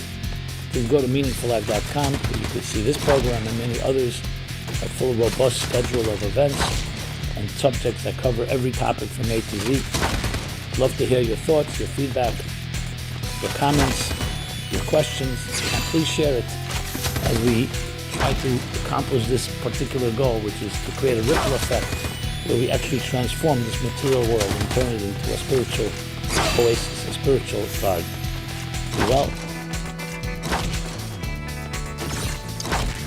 Welcome, everyone. Simon Jacobson here. Another episode of Biblical Characters Decoded. We'll be speaking about Moses, the ultimate leader. This program is dedicated by Susan Schwakey in memory of Lisa Schwakey Blank, a very special daughter, sister, wife, mother, and friend. May her memory be a blessing. Usually when we think about leaders, especially today, it usually evokes a certain cynical or sarcastic attitude leaders. Who do you consider to be a true leader? I mean, our leaders today are either corrupt or lust after power, money. And there aren't many people that we would consider a leader that's a role model. Which should really be the definition of leaders. We have leaders in Hollywood, we have leaders in the sports world, in business, in politics. So really you can say we're living in a time of crisis of leadership. Who would you call a leader? And I'd love to hear from you. If you have someone that you would nominate, I'd love to hear who that is.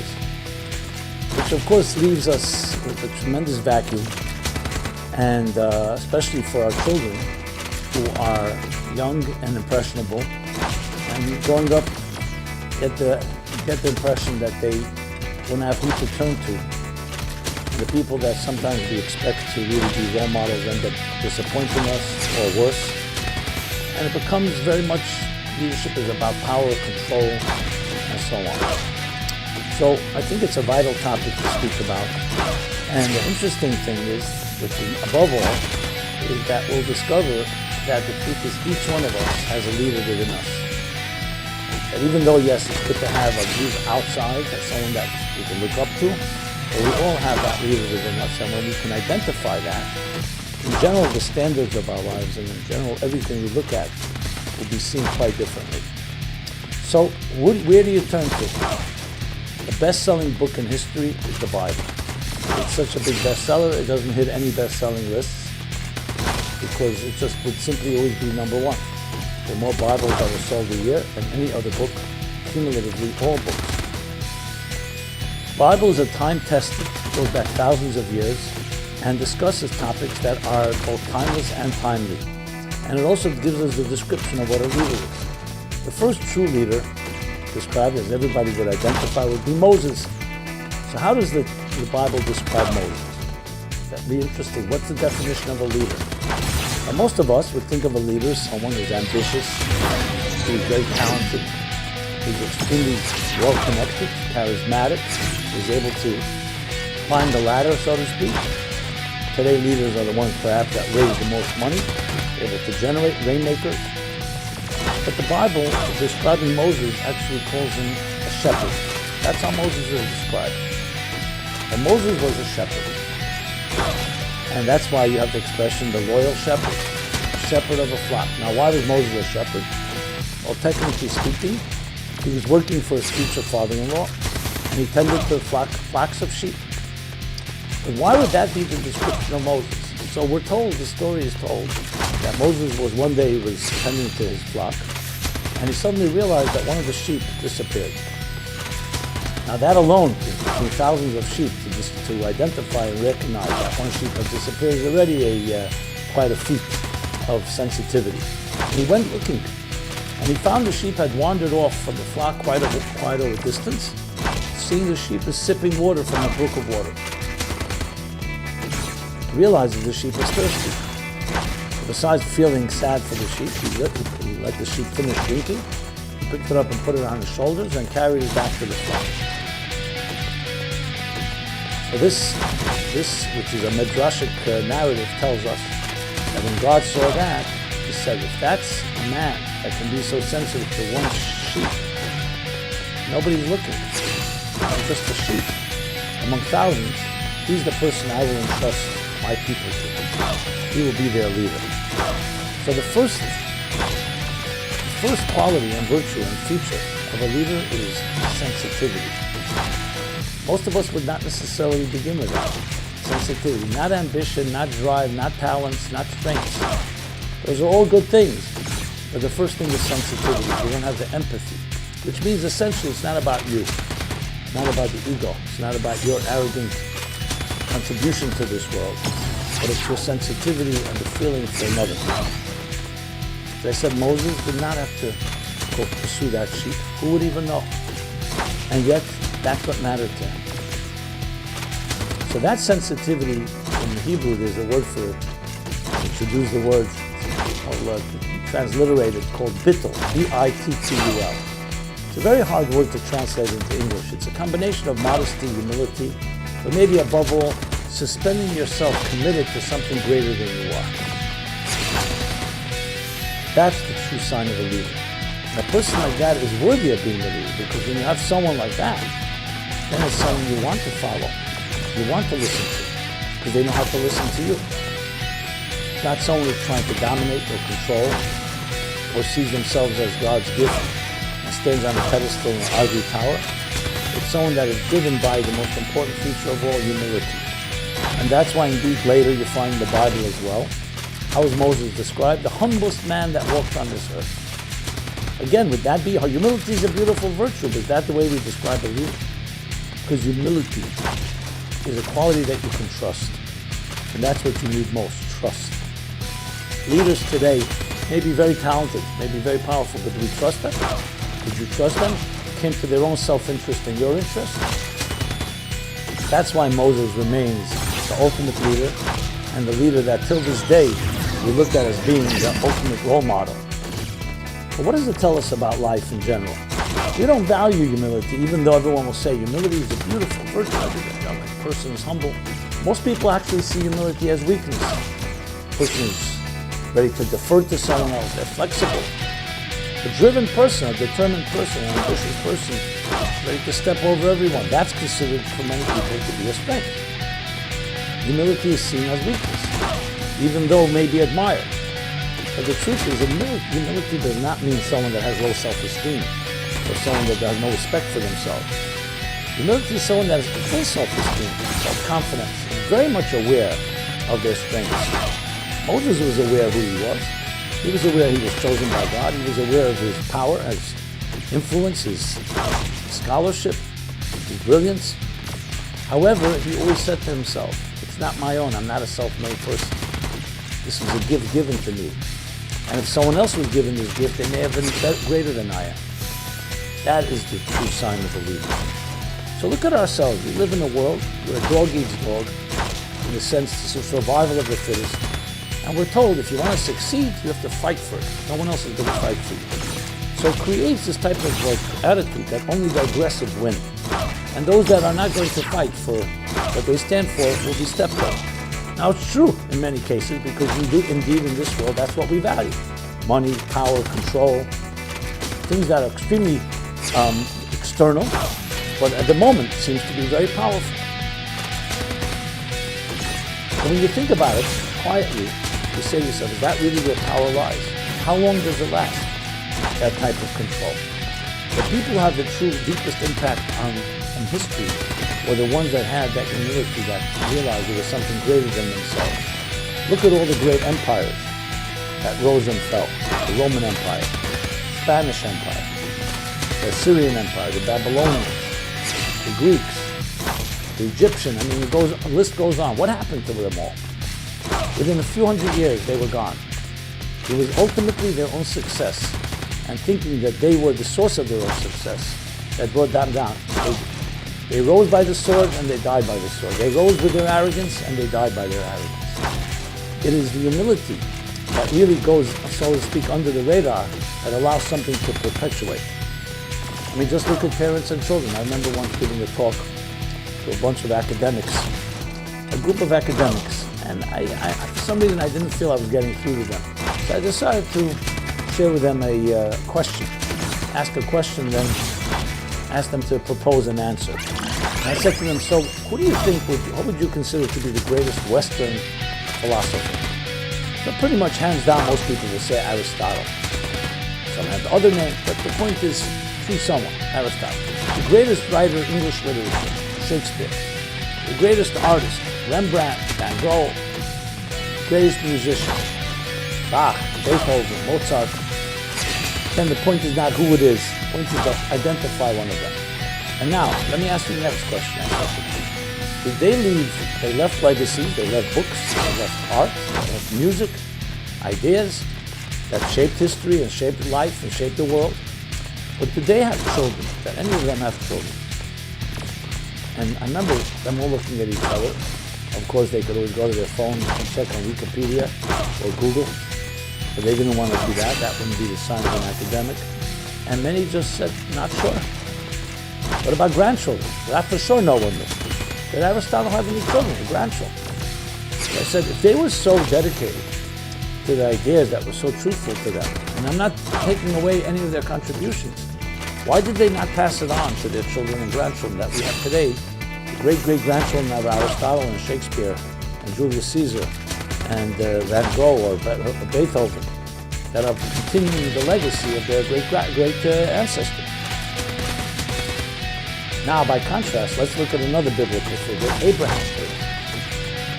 So Abraham was the pioneer. We spoke about it a few weeks ago. Pioneer of monotheism. He introduced the concept of virtue, of charity, of kindness, of love. And the greatest quality of all of his was, you know what? That he passed it on to his family. That's what God was most impressed with. You know, they say Rousseau, one of the great thinkers of the Enlightenment, he didn't have time for his children. He brought his 7 children to the city square and said someone else has to take care of them because he's bringing his gifts to the world. I'm just about to head back to Midgard. What's lacking in all these individuals is that it was Meanwhile, about we them. have to clean up this mess. And their contributions may have been great, Zach, but it was about them. And they did not have that wherewithal Actually, and that humility, Don't worry the about importance. Who has It's all time to water diaper under the children? bridge. Who has time for a nagging spouse when I'm busy philosophizing and pontificating and contributing great things in this world? What Moses represented was that he left not just himself and his ideas, students, children, family, that today we can sit and talk about it, literally like they call Moshe Rabbeinu, our teacher. He's still our teacher. This is a sign of someone that transcends even brilliance. It's not just scholarship, it's not just great ideas. It's that it's not about them. It's a deeper truth. You know, we call it being in the zone, channeling a higher truth. That's the ultimate power of a leader. In one of the expressions in the Bible, it says, God says to Moses, I have given you greatness not for yourself, but for them, for the people. So how does this translate? It translates at looking at the world and reframing how we see the universe today. We don't value this because we don't value eternal truths. We value instant gratification. We value things that are powerful for the moment. So then, of course, who's going to be the leader? Whoever's the most powerful at this moment. As soon as you start valuing eternity, immortality, things that last forever, you'll look for a different type of leader. Then you need a leader that does not get in the way and does not allow their own arrogance, their own ego to dominate. It's not about them. It's about that greater truth. So it really comes down to what our standards are. Now we know we have this vicious cycle. The media likes to blame the people. They say we give them the lowest common denominator of entertainment because that's what the people want. And the people say, well, we have nothing else to watch because that's what the media is feeding us. And the same thing with leadership. The leaders are saying, this is what the people want, I'll give it to them. And the people say, what should we do? Look at our leader. So everybody can point fingers and blame each other in this vicious cycle. The truth is you have to take control of yourself.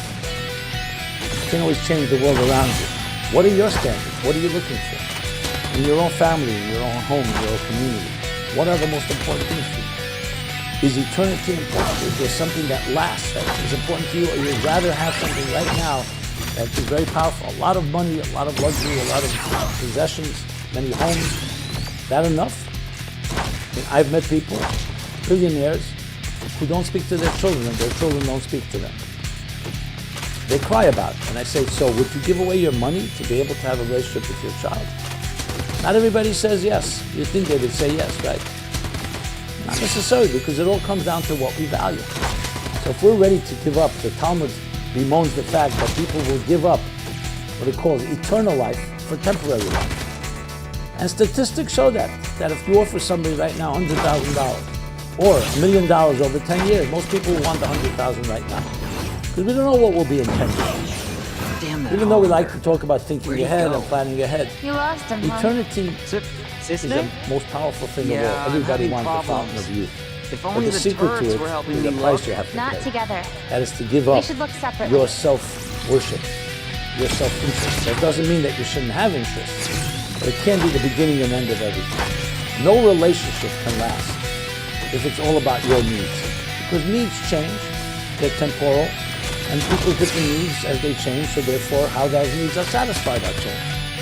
But when you learn about that giving is more important than taking, and that it's not just about begins and ends with your needs, it's about what mark is being made in the universe, what eternal legacy, what eternal footprint is being left in the universe. Then you think very differently about what a leader truly is. It leads me to the point that about each of us being a leader ourselves.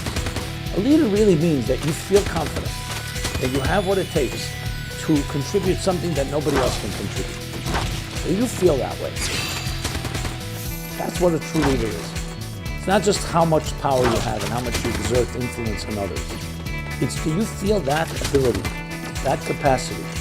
And that, I would submit, is the single most important thing that each of us needs, and we should be conveying to our children, which is that you have something to contribute, that you and only you can contribute. Not getting into whether you contributed to 1 million people, to 8 billion people, or to 5 people, or to 1 person. But you have something that is generated from within. Insecurity lies at the heart of so many of our psychological issues. And we try to cover up that insecurity with all different ways of numbing it, whether it's different addictions and different dependencies or different projections. Here I have money, here I have power, here I have influence, here I'm a person that people are afraid of. All that is covering up essentially a deep insecurity. Secure people don't need to influence others in that way.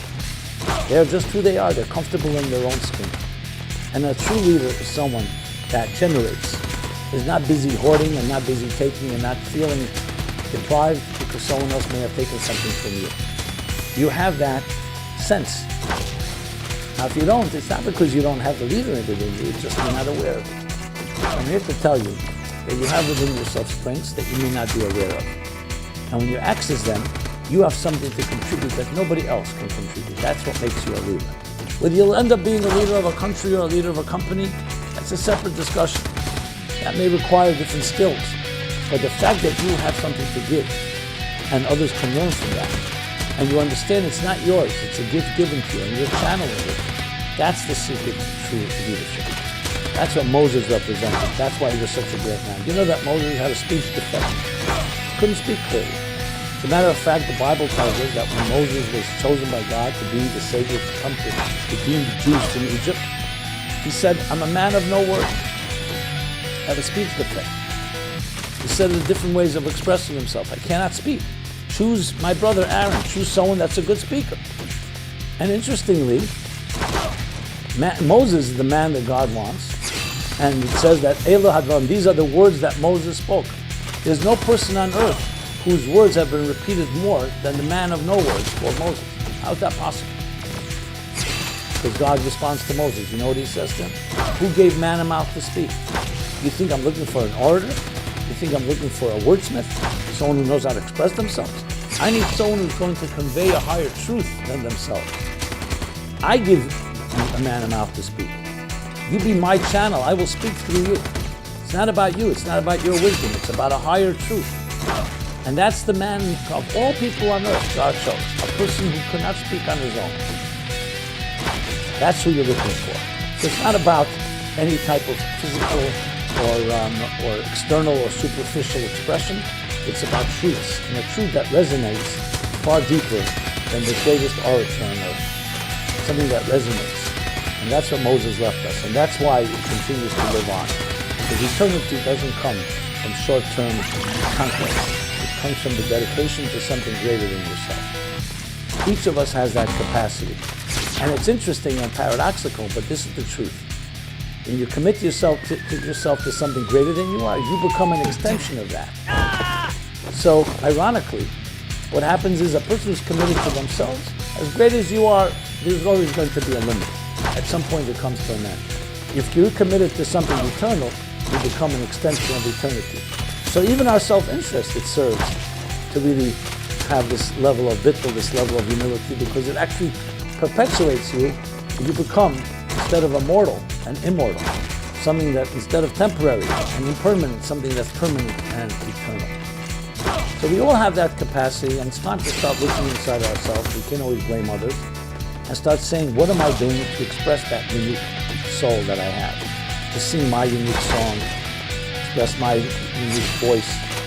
And what am I doing for those around me? My children, family, friends. We all have those powerful leadership qualities. That's just about understanding what makes you unique and how you can illuminate and give to others. So I hope this resonates to some extent. And we look to Moses as that ultimate leader, but also a role model for each one of us in our own small way or large way. We can't even measure these things. And that we indeed leave a mark in this world. A mark that changes the world, that makes it different than it was here before we arrived. Because we have that ability. The ability to create something that will forever change existence. Thank you so much for listening. It's been Simon Jacobson, Meaningful Life Center, meaningfullife.com. Love to hear your feedback, your thoughts, your comments. And of course, please share. Please share with others. May we create that ripple effect, that butterfly effect that does transform the universe. And as we discover the leader within, it will be easier to expect from others to be leaders in their own right. And hopefully create a world where humility is more powerful than arrogance. A world where the power of love is more powerful than the love of power. Be well, be blessed. Thank you so much.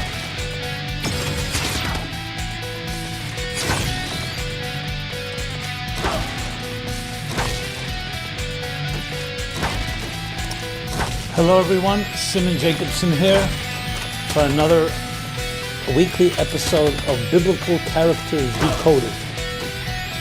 Today we shall speak about Korach, the rebel. The rebel. This program is dedicated by Leon Sutton in celebration of Karen and Leon's anniversary on the 29th of Sivan. Rebellion is one of my favorite topics. I don't know about you. There's something about it that is adventurous, spontaneous, exciting. But we also know that rebellion can create plenty of problems. So I'm not being naive about it. But if you had to choose, if you have a rebellious child, or you have a very passive child. So passive is definitely going to be less troublesome, less disruptive, less upheavals. But there may be also a lack of that zest, a lack of vigor, lack of energy. What we want to know is that we are not just going to be conformists that just follow a path of the herd mentality, but that we have a rebellious energy within us that wants to disrupt the status quo for the good and make things better. And that's where rebellion comes in and is at its best.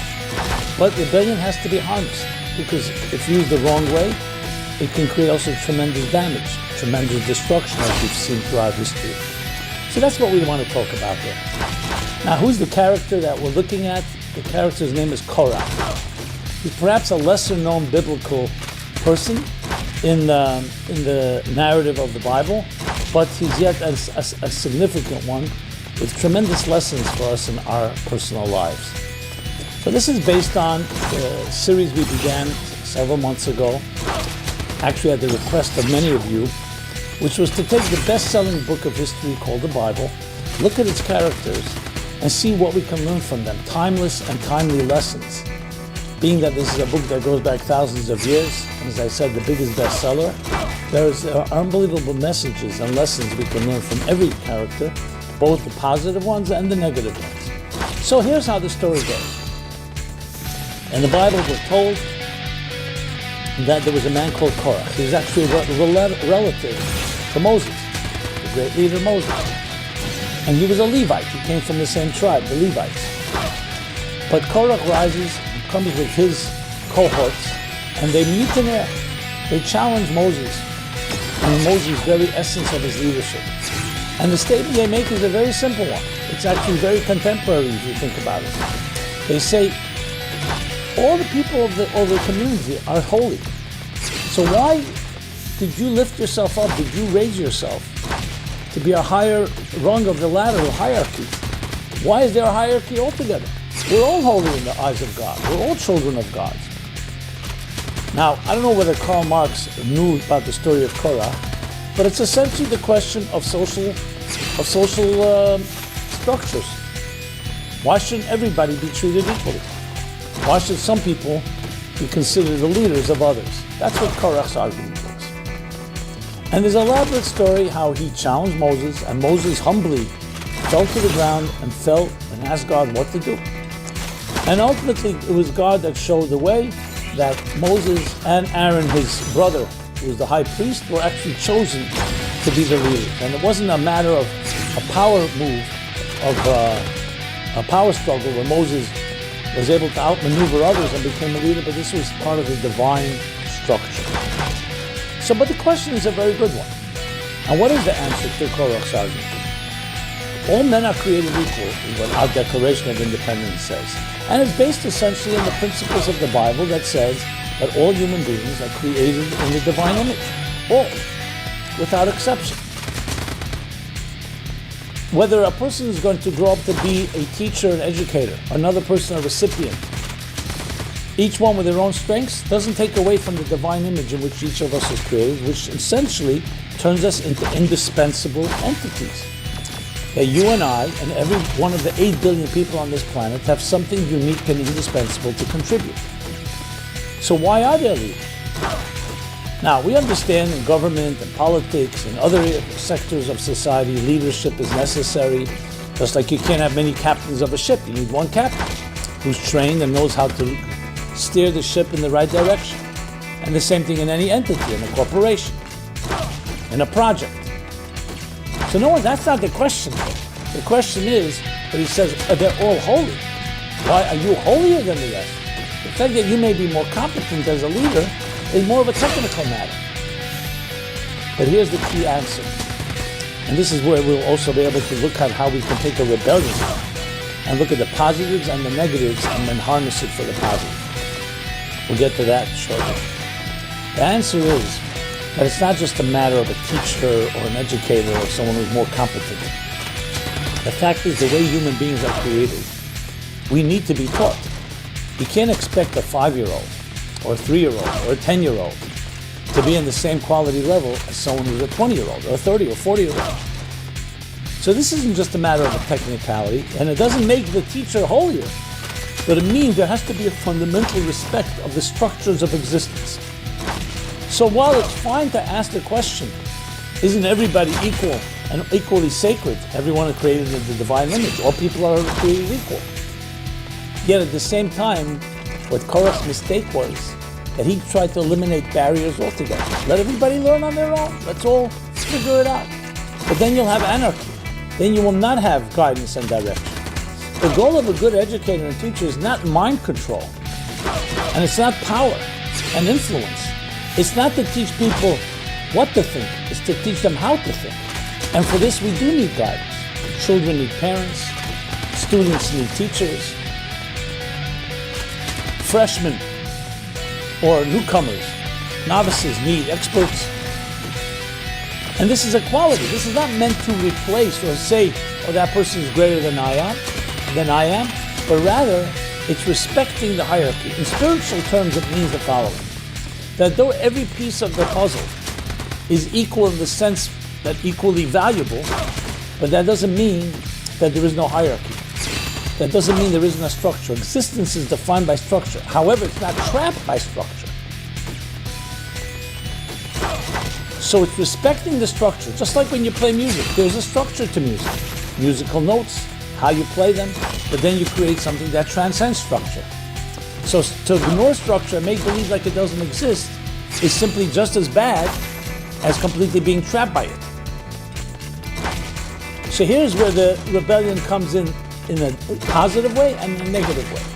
Korach was correct by challenging the status quo and actually eliciting this concept that everybody has a certain fundamental equality. Let us not worship our leaders. Let us not create cult personalities.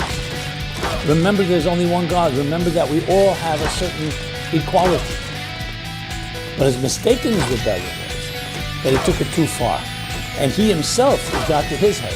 Because he claimed, I want to be a leader.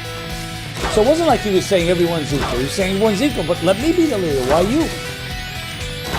And in many ways, he projected his own sense of self.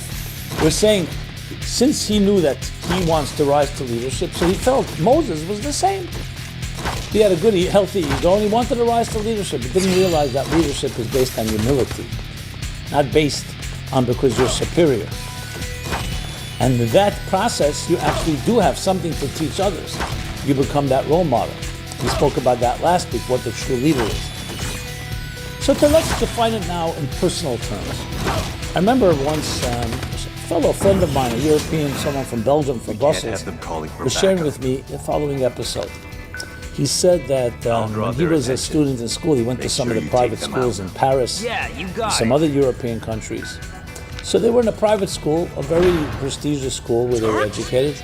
And one day, word got out that a new student is coming. But this new student was notoriously known in the European inner circles.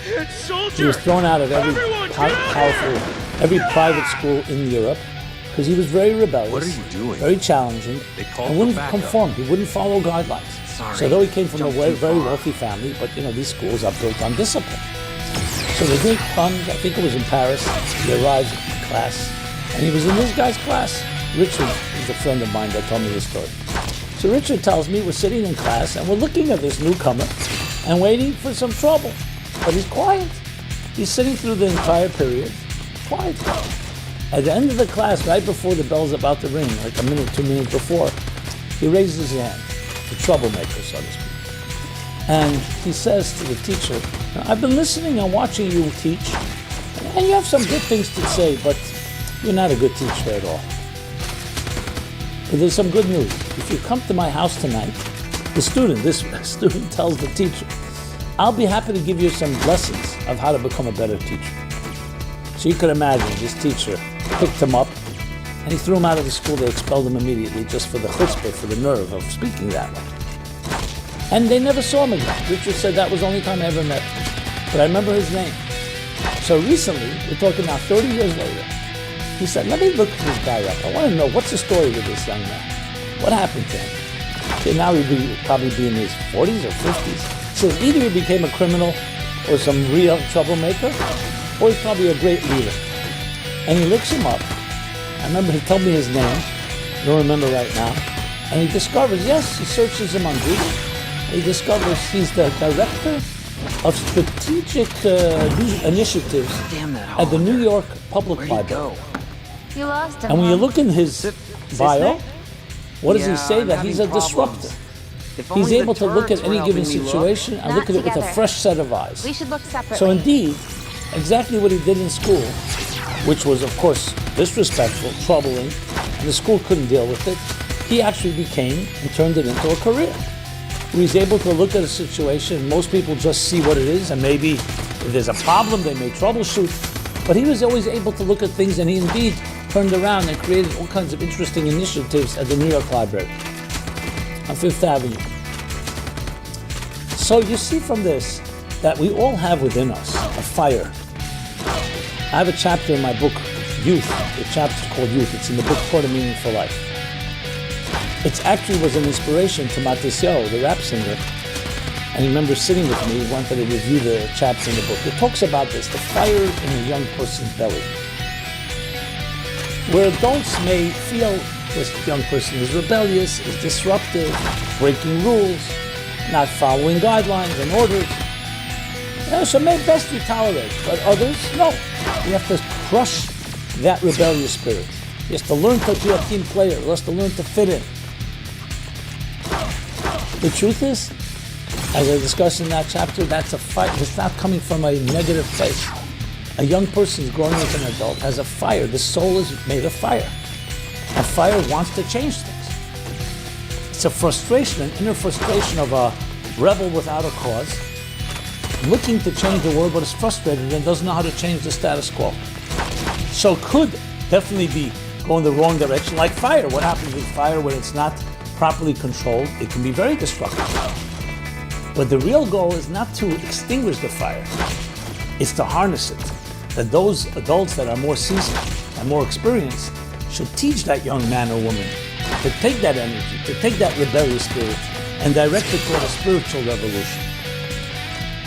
So we have many people who look to crush, who look to extinguish, who look to some way compromise or in other ways limit that disruptive, rebellious energy within us. But a soul by definition is rebellious. It doesn't accept the status quo. It wants to make the world a better place. Going the wrong direction? Yes, it can be destructive. Korach took it the wrong way. That's why the story is documented. If he was such a troublemaker, why do we even have to know about it? And he was punished at the end. Because the essential idea of challenging is healthy. It just has to come with humility and has to be directed in the proper fashion. And that's where real change happens. But sadly, most of us do become conformists in life. What's the expression they say? You were born an original, don't become a copy. Well, we become copies. Either just through the expectations and demands of our parents, our educators, our societies. How many parents project their interests and their goals on their children? And even the children don't really fit in. You force them to fit in. And then what we do as young people, remember, look at a young soul, a young child. Explores. Is always disrupting. Is always looking at a certain sense of adventure, a free abandon. But when the child keeps being criticized and not validated, we stop. We slowly slow down, and that free spirit within us becomes weaker and weaker to the point we bury it. And we start becoming a pleaser. A goody-goody, I'll do exactly what I'm told. Now the opposite of that spirit is not, that spirit doesn't mean destruction. The only way to deal with it is by suppressing it. No, it's harnessing. Just like when you see a young person has a lot of energy, whether it's in sports or in arts or in music or in any given area, what you want is to direct it, never to suppress. It's the worst thing possible to suppress energy within us, to try to bottle it up. Besides the frustration it creates damage. It's like trying to stop the energy of a person who wants to express himself, and no, let's suppress it, let's limit it. You want to harness it. So rebellion, my friends, is actually an important tool. When we say that a human being is like, as they say, the soul of a human being is the flame of God. A flame, a fire. Fires are raging, they're powerful. Without it, we can't live. But we want to direct it, we want to harness it, we want to, like a laser beam, and then you can change worlds. So it's a question of creating that balance between the two. I often mention that tragic poem by Oliver Wendell Holmes, The Voiceless. Alas to those that die with their music or their song still inside them. Alas to those that die with their song still inside them. We all have a song within us, a melody, a unique song. And very often it gets suppressed, it gets silenced, either disapproved by some people who don't like it because of their own insecurities, they want to impose their interests on us. Society is doing that all the time. Even everyone likes to think I'm an original, I think out of the box. Yes, but society in its own silent way, or sometimes not so silent, will punish someone who goes off the reservation too far. But it's really those that have that spirit within them that change the world. Steve Jobs, not necessarily was a model in all positive ways, but he did have one powerful message among many. But the one that he said, only those that are crazy that are crazy enough to believe they can change the world are the ones that do. So we have a craziness, we have a spirit that really does challenge the status quo, does challenge the givens, the norms. And that's where real things happen. Don't suppress it, don't silence it. Take that rebel within you and direct it. Learn from those that before you. Consult, have a mentor. Do it with humility, but do it. Don't allow yourself to silence and quiet down.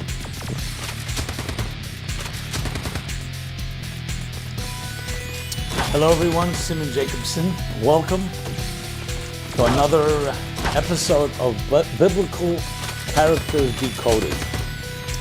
Joseph, the Prince of Egypt, is what we'll be discussing now. This program is dedicated by the Schneiders, Sandra, Thomas, and Levi in honor of Gimel Tammuz. So Joseph is this enigmatic character in the Bible, the book of Genesis, one of the 12 sons of Jacob, the tribes. But what's unique about him, of course, is the famous story where he is, his brothers are jealous of him, and they ultimately, in their rage of jealousy, they want to kill him. They ultimately sell him into slavery. He ends up in Egypt. First, he's a servant, then he becomes a prison, and then he's thrown into prison.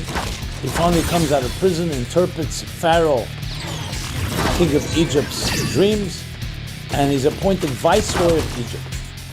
So he comes from the depths of the abyss, and there he goes to become the second in command in Egypt. He turns Egypt into a superpower because he interpreted the dreams correctly. That first there'd be 7 years of plenty, and then followed by 7 years of famine. And in his ingenious way, devised a whole plan to store grain, which was the commodity of the time. And as such, Egypt became, during that great famine, the source of sustenance for all the neighboring countries. And there you have it. This, of course, would lead subsequently to the story of the slavery and exodus from Egypt. But that's not what we're covering. We are covering here the story of Joseph himself. What is enigmatic about him is that on one hand, he seems to go to the deepest depths, the literally hitting rock bottom of life, literally in prison, rotting away. Who knows what would happen to him? And he rises to become literally the commander, the leader of the world at the time. When his brothers finally come to Egypt to be able to buy some grain for their own sustenance, Joseph recognizes them, though they don't recognize him, because he was only 17 years old at the time. And he puts them through a whole ordeal. Well, ultimately, they do reconcile, and their great embarrassment, he reveals himself to them, and instead of punishing them, or in any way, any retribution or vengeance, he actually says, "You did not put me here." These classic words, "It is God that sent me to this place in order to become a source of life for you and our family and for our father, Jacob." And Jacob ends up coming to Egypt together with his family and the Jewish people, which was then 70 people, 70 souls strong, that was it, moved from Israel, in the land of Canaan, as it was called, to Egypt. And they lived their best years there until, of course, Pharaoh turns on them after Joseph's death, enslaves them, and as I said, that's the next part of the story of Exodus from Egypt. So let's focus on this Joseph. Joseph began his life, like his brothers, as shepherds. They were all shepherds. Abraham, Isaac, and Jacob's sons were all shepherds. Why did they choose to be shepherds? So there's a very interesting reason given to that. Because the sheep graze in the fields. These were very spiritual people, transcendent souls, you can say, free spirits.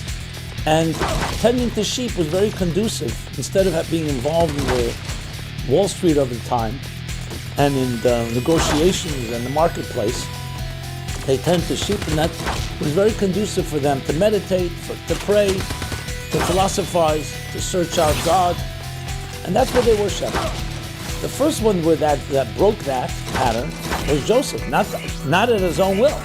He would have been a shepherd like his brothers.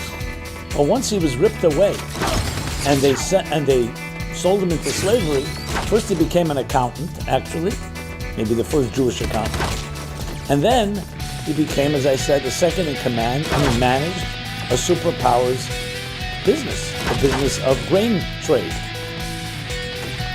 And what was interesting is after 22 years, when they finally do reunite, and he tells his brothers, tell my father that I'm alive, because his father thought he was dead, and he was grieving for him, his favorite son Joseph.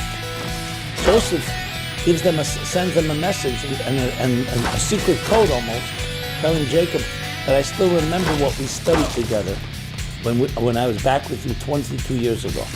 But 22 years had passed. Joseph was a completely new paradigm, a new world. Became a businessman, essentially. And yet, he retained that innocence and that connection to what he studied. So here's number one lesson in life that we can learn from Joseph. And that is the ability to balance and integrate the two very seemingly antithetical components in our lives, which are what? We all need to survive, and we have this survival aspect of our lives, and then there's a need for transcendence. Some people call it the body and the soul, the animal soul, the divine soul. And there's a battle going on. Because most of the day, most of the time, a third of our lives we're asleep. You sleep 8 hours a night. Then there's eating, there's drinking, there's shopping, there's grooming, there's socializing. Most of our lives is involved primarily in survival. When I say survival, I don't mean minimal. You can be a prosperous billionaire, but still your focus is on your needs and your existence in this world. Physical needs and all the other things that come with that. But there's also a transcendent component to our spirits. We seek something more than just getting by. Life becomes too much of a boredom. We're not happy with animal bliss. So there's another voice within us, it's called transcendence. Now that transcendence is not always easy to access because we're busy making a living. We're busy trying to survive, trying to exist. So some of us compartmentalize. Weekends, vacations, evenings, mornings, times that we focus on something more spiritual. When I say spiritual, I don't just necessarily mean spiritual. Anything that is more transcendent: music, art, travel, romance, sexuality, intimacy. And of course, religion, faith, spirituality. Something that is not quite tangible, not quite about being grounded. The analogy, a beautiful analogy for this would be the difference between the flame and the wick. A soul is compared to a flame. It's flickering, it's restless, it's seeking, it's aspiring, it's dreaming, imagining. We're looking for something more than just getting by. Looking for something that is magical in our lives. But then there's the wick. The wick grounds us, the wick brings us down, the wick is necessary because it keeps us grounded in this world. But there's a battle between these two voices. You could say the battle is sometimes compared to the battle of fulfilling your selfish needs, indulging in your own needs, or transcendence, serving others, helping others. So, generally speaking, philosophically speaking, thinkers, poets, romantics, what do? You either choose one or the other. Or, as I said, you compartmentalize. So some people are involved more in the materialistic part of their lives.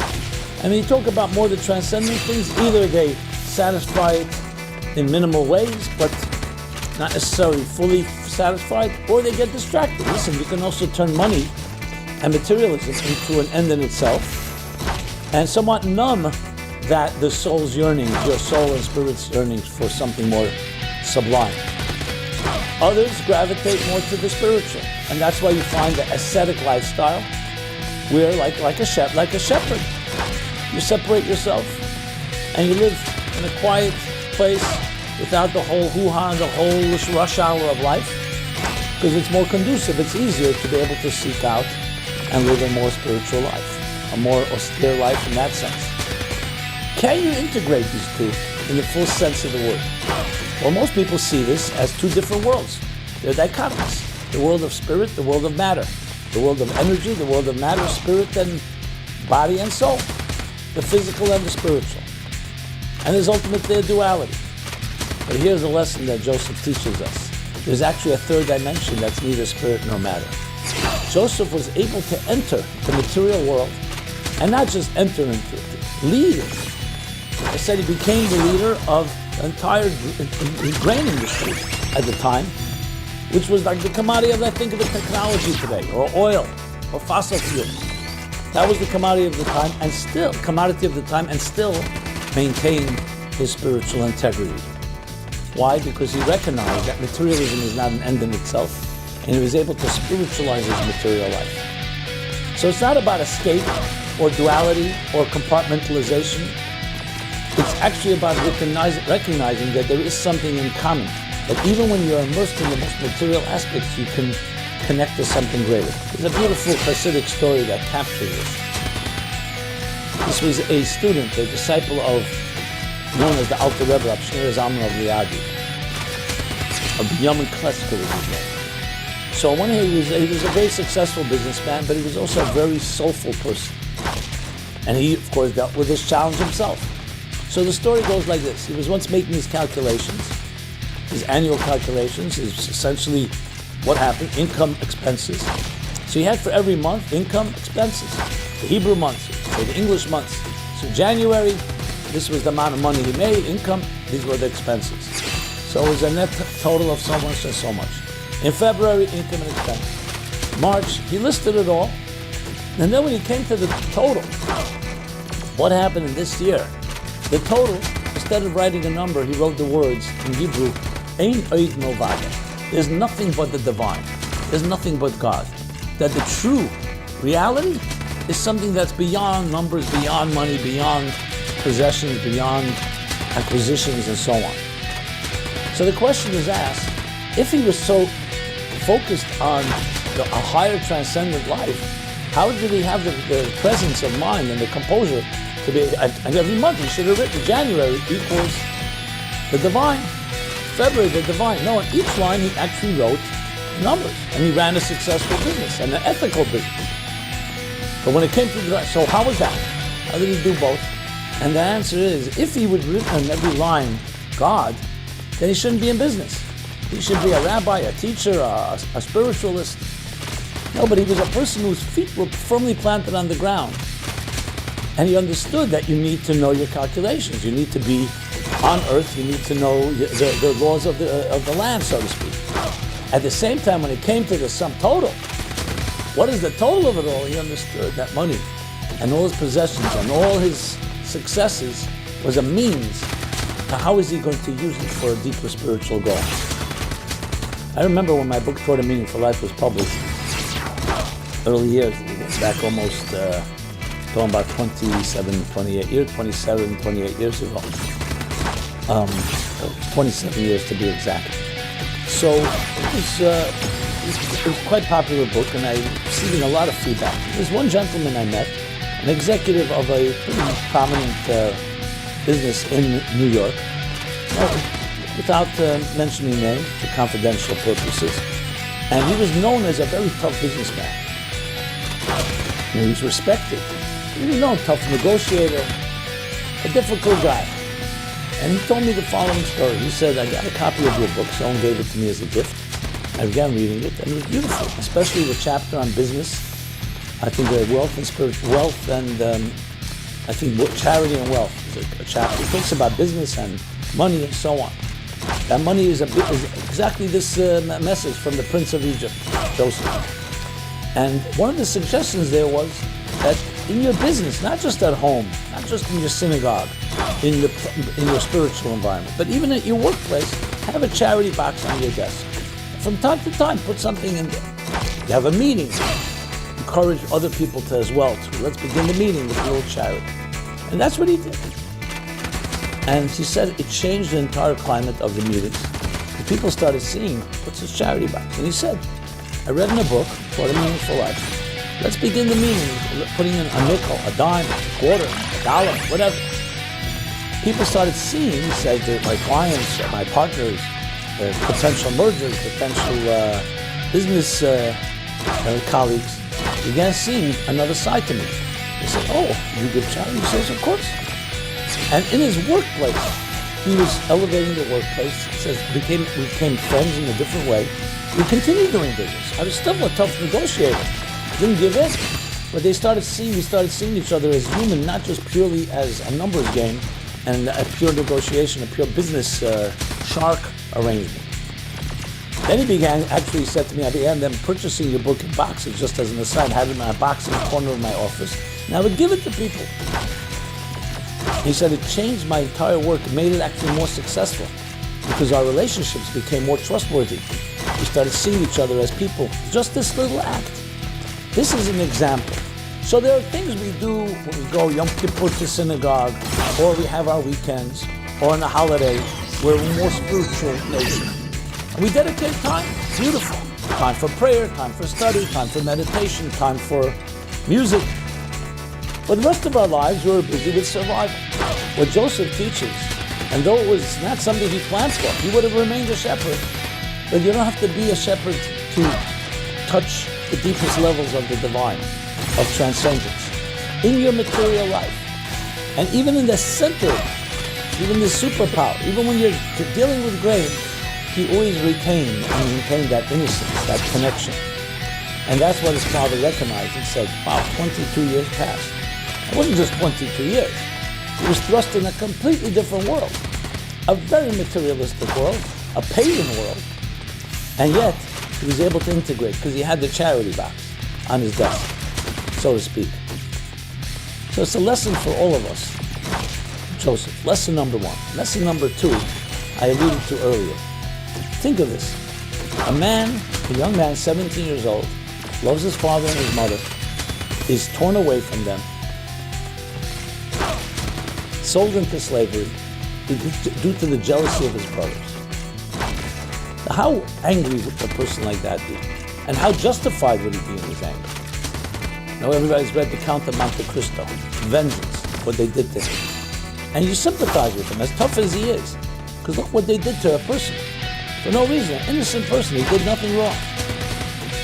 So you would think when he finally has the power and he's now a leader, he had all the power in the world, they needed him. You would think he would exact vengeance. And not only does he not do that, he says to them, do not feel guilty that you did this to me. God brought me here. In other words, he was able to rise above being a victim. Now they were responsible for their actions. This is not about vindicating them. This is not about getting them off the hook. And years later, the Jewish people would suffer greatly. 10 martyrs would be killed because of these brothers, what they did. Well, let's not address that. Let's address, you know what Joseph was saying, the psychological lesson. No matter what happens to me in my life, even if I could point fingers, even if I'm justified in doing so, I am never going to be a victim. I'm always going to be someone that recognizes that life is driven by a higher narrative called divine providence. And though, yes, it was they that sold me into slavery, it was they that caused me to be here, but look what happened. I became a leader. I saved the world. Maybe because God wanted me to be here, in this place, to interpret those dreams, and then to be able to develop a whole industry that would save the world from a famine that was destroying and could have killed who knows how many people. So he looked at the bigger narrative. But it's more than just looking at the narrative. It's not allowing, I'm not a victim of circumstances.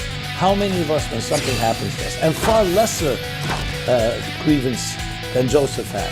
Sometimes things that we just imagine in our minds. Or even if it's real, but it's not that life or death. And even if it is, you are doing yourself a disservice when you play victim. When you recognize that things that happen, we do not control the circumstances around us, but we control how we will navigate. That's the second lesson we learned from Joseph. And it's very actually connected to the first one, because he was a person that always remained connected to something higher, the higher purpose. He never lost sight of his personal mission statement, and that overrode his business mission statement. Whatever you do in this world is just a stepping stone. So both the work you do and the things that happen to you are all part of a larger narrative. And you have to sometimes, I don't want to use the word surrender, it's not a word that people like, but it is surrender. You have to sometimes accept there's a larger narrative. You know what happens? You become emancipated. Because then you're not in control, even if you grew up in a home that was abusive. A home that your jealous brothers may have hurt you, or parents, or other relatives, or other people. So you're justified. You can point fingers and say, look what they did to me. They're causing you all kinds of psychological, emotional pain, insecurities, fears, difficulty to trust, challenges in relationships and intimacy. All the things we go to therapy for. What we learn from Joseph is, yes, those people that did it, they deserve what they deserve, and that will be between them and their maker and their creator. But you don't want to be an extension and a victim of them, because that means they still control you. Even if you're running away from them, they're controlling you because you're running. You want to say, things happen to me, but I'm not defined by what has happened to me. I've suffered, but I'm not a sufferer. I'm not defined by the challenges, by the difficulties, and by the abuse or the traumas that have impacted my life. It happened to me, but that's not me. And that's what Joseph was declaring. He was freeing himself from them and saying, no, I'm here because I was meant to be here in order to save the world. And that's how we have to look at our lives, that whatever has happened, it led you somewhere. How are you using your particular situation and saying, doesn't matter how I got here, but I'm here now. How am I using it to save the world in some way? My little world, a larger world, my family, my community. This is an attitude that we learn from Joseph, and exclusively Joseph. Every character in the Bible has something to teach us. But Joseph, the Prince of Egypt, teaches us these two critical lessons. Integrating spirit into the material life, part of your life. And secondly, understanding the larger narrative, so no matter what happens to you, whether it's due to COVID, whether it's due to wars, whether it's due to the disruptions, upheavals, and uncertainties of our times. Because this couldn't be more relevant now. Now, it couldn't be more relevant message than for now, which is the uncertainty, the disruptions, the unknowns, to know that you can learn to navigate because there's a larger narrative. And when you allow that to take hold, you become a stronger person, clearer, and allows you to move forward in a different level of confidence. These are the lessons we learn from our dear Joseph. This has been Simon Jacobson. MeaningfulLife.com is our website. Please, if this is the first time you're participating, check out all our different offerings, different topics, the different audiences, the different interests. Basically taking here, in this case, the best-selling book of all time called the Bible, its characters, decoding it and applying it to our lives, lessons for life. And I'd love to hear your feedback, thoughts, comments, questions, and of course share this with everyone you come in contact with if you feel this was a valuable message. Be well, be blessed. Thank you so much. Hello everyone. Hi, Simon Jacobson here. Another episode of Biblical Characters Decoded. This time we're dealing with Balaam, the prophet. The prophet whose curses turned into blessings. And we'll talk about how do we transform liabilities into assets, challenges into opportunities. This program is dedicated by Sandra and Thomas Schneider upon the birth of Hannah Kessel. If you'd like to dedicate these programs or any of them, just go to meaningfullife.com. You'll find dedication opportunities and sponsorships as well. Okay. Everyone in life is going to deal with different challenges. Some of them are setbacks, some are more mild, some are more severe. This can be a loss in a family, loss of a friend, a tragedy, a loss of a job, different disruptions, upheavals. No one in this world is immune to these different vicissitudes. As I said, some more extreme than others. Everybody. What will define you as a human being will be how you navigate and deal with these challenges, not whether you have them or not. Now, we should all be blessed, and let me begin right at the outset, to have the minimal amount of difficulties in life. And even when we have them, may they be also as mild as possible, not severe, not extreme, not overly traumatic. That's my blessing and prayer to each of us. But again, what will define you as a person is not whether you will have these setbacks or challenges, but how you're going to deal with it. So we have this fascinating story in the book of Numbers, the story of Balaam the prophet, the alter ego, yes, to Moses. Moses was the greatest prophet of the Jewish people. Balaam was the greatest prophet among the nations. A true prophet he was. Yet he had no love for the Jewish people. So when he was commissioned by Balak, the king Balak of Moab, to curse the Jews because he saw the Jewish people coming, they were marching, remember, from Egypt toward the promised land, and they were coming by, and he became frightened by them. He thought that they would conquer his land. So he asked to commission Balaam the prophet to curse them. A long story short, Balaam said, as much as you pay me, as much as I'd love to curse them, since I'm a prophet, I can only say what God puts into my mouth. And of course, what happened was, as he opened his mouth, instead of curses, blessings emerged from a person who wanted to curse them. But then there's a catch to the story. So Balak gets very upset at him. He says, I asked you to curse them, why are you blessing them? So they try a second time, and even greater blessings come out of his mouth. And a third time, and even greater blessings. So you'd think the end of the story is only blessings. There is a catch, as we'll talk about a little later. But the most fascinating part is this. Why did it have to work this way? God wants to bless the people, let them bless the people. Find someone who bless them. Why does it have to come in this convoluted and backwards way? Were you hoping that he wants to curse them, see he's him commissioned to swimming curse, class? the curses turn into blessings. Just wondering if he gets hot. Because this teaches us the key lesson in life about curses that happen to us. That true curses are actually up to us whether they'll be a curse or they'll be a blessing. Because you can have something happen to you in your life, and you'll see one person, it destroys them, demoralized, unable to move forward. And another person turns it into an asset, turns it into a tremendous form of growth. Who is it that said, I think it was Edison, Thomas Edison, where he experimented, the great inventor. And he would experiment sometimes 1,000 different options that didn't work. They said, 1,000 failures, how'd you manage? He said, it wasn't 1,000 failures. I discovered 1,000 ways that this doesn't work. It's an attitude of how we look at a challenge in our lives. And those that know how to forge ahead, that have something greater, that's not defined by whether the success or failure at this moment, but at the bigger picture, we'll see even failures as successes. And that's what the lesson here is. And Moses blessed the people. Well, Moses was, of course, a prophet that would bless, and he did bless. That it came from a place that you would never expect. The person who was commissioned and was interested in cursing, and yet blessings come out of his mouth, and you discover that the greatest blessings in your life sometimes are going to come from your enemies. Even though your enemies don't have your interests in mind. Because it's not about them, and it's not even about you. It's about what you do with the situation. Now again, I want to qualify. Everybody should be blessed only with revealed blessings. Never have to deal with it. But I can tell you, I remember when my father passed away, for example. Very traumatic. It was very difficult. It was the hardest experience in my life. Thank God I was blessed. I did not have serious tragedies as other people have had.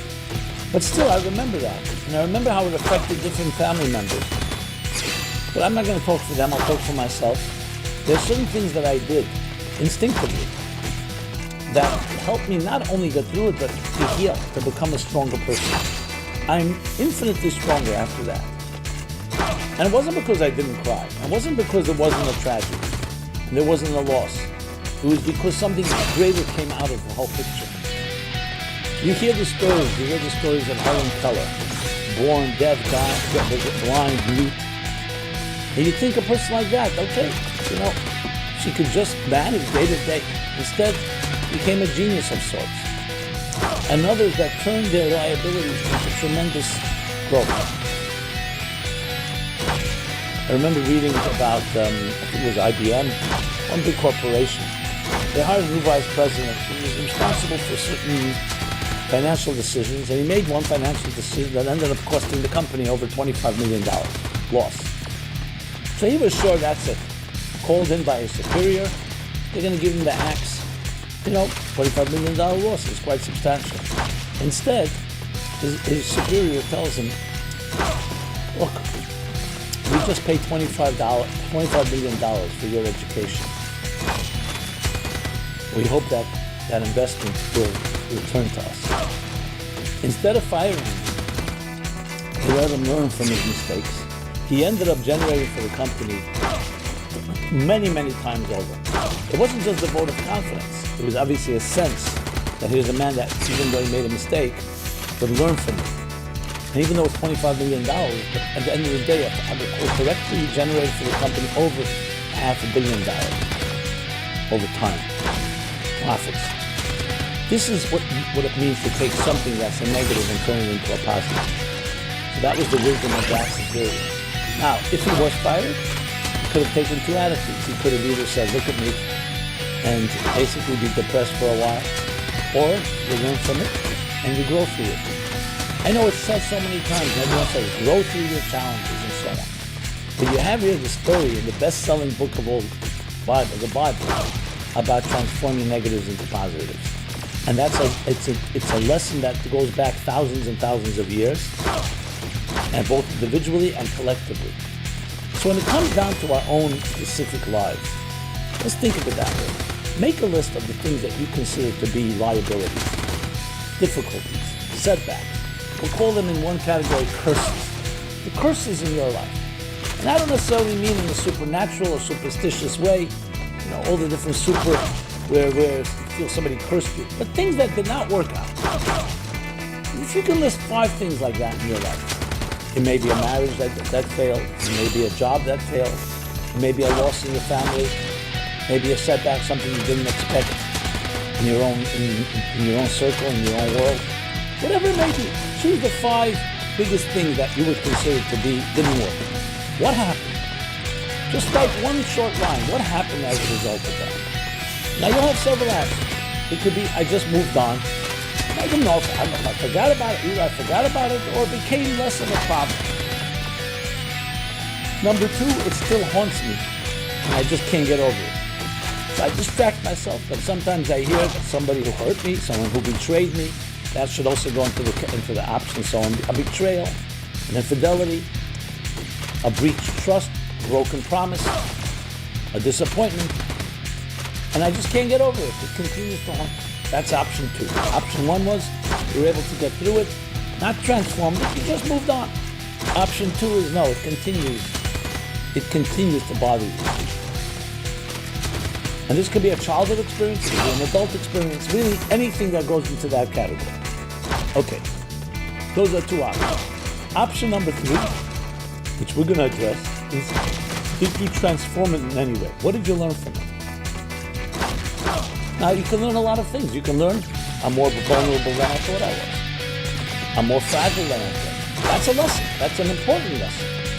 Because that means that you become aware of something. And you don't have to fake trying to be invulnerable. That's very powerful, just a very powerful validation. You don't need to be perfect. Many people who've been hurt in some way or another feel that if people would see it, or even you acknowledge it, it's like, damn, it's good, it's like weakness. That itself demoralizing. Not necessarily. Acknowledging a soft spot, a nerve, is actually the first step toward healing. That's one thing you may have learned from it. Another thing you may have learned from it would be certain toxic influences that you have to stay away from. Recently, someone said to me, I have a sibling. Every time I'm there with my sibling, she makes me crazy, brings out the worst in me.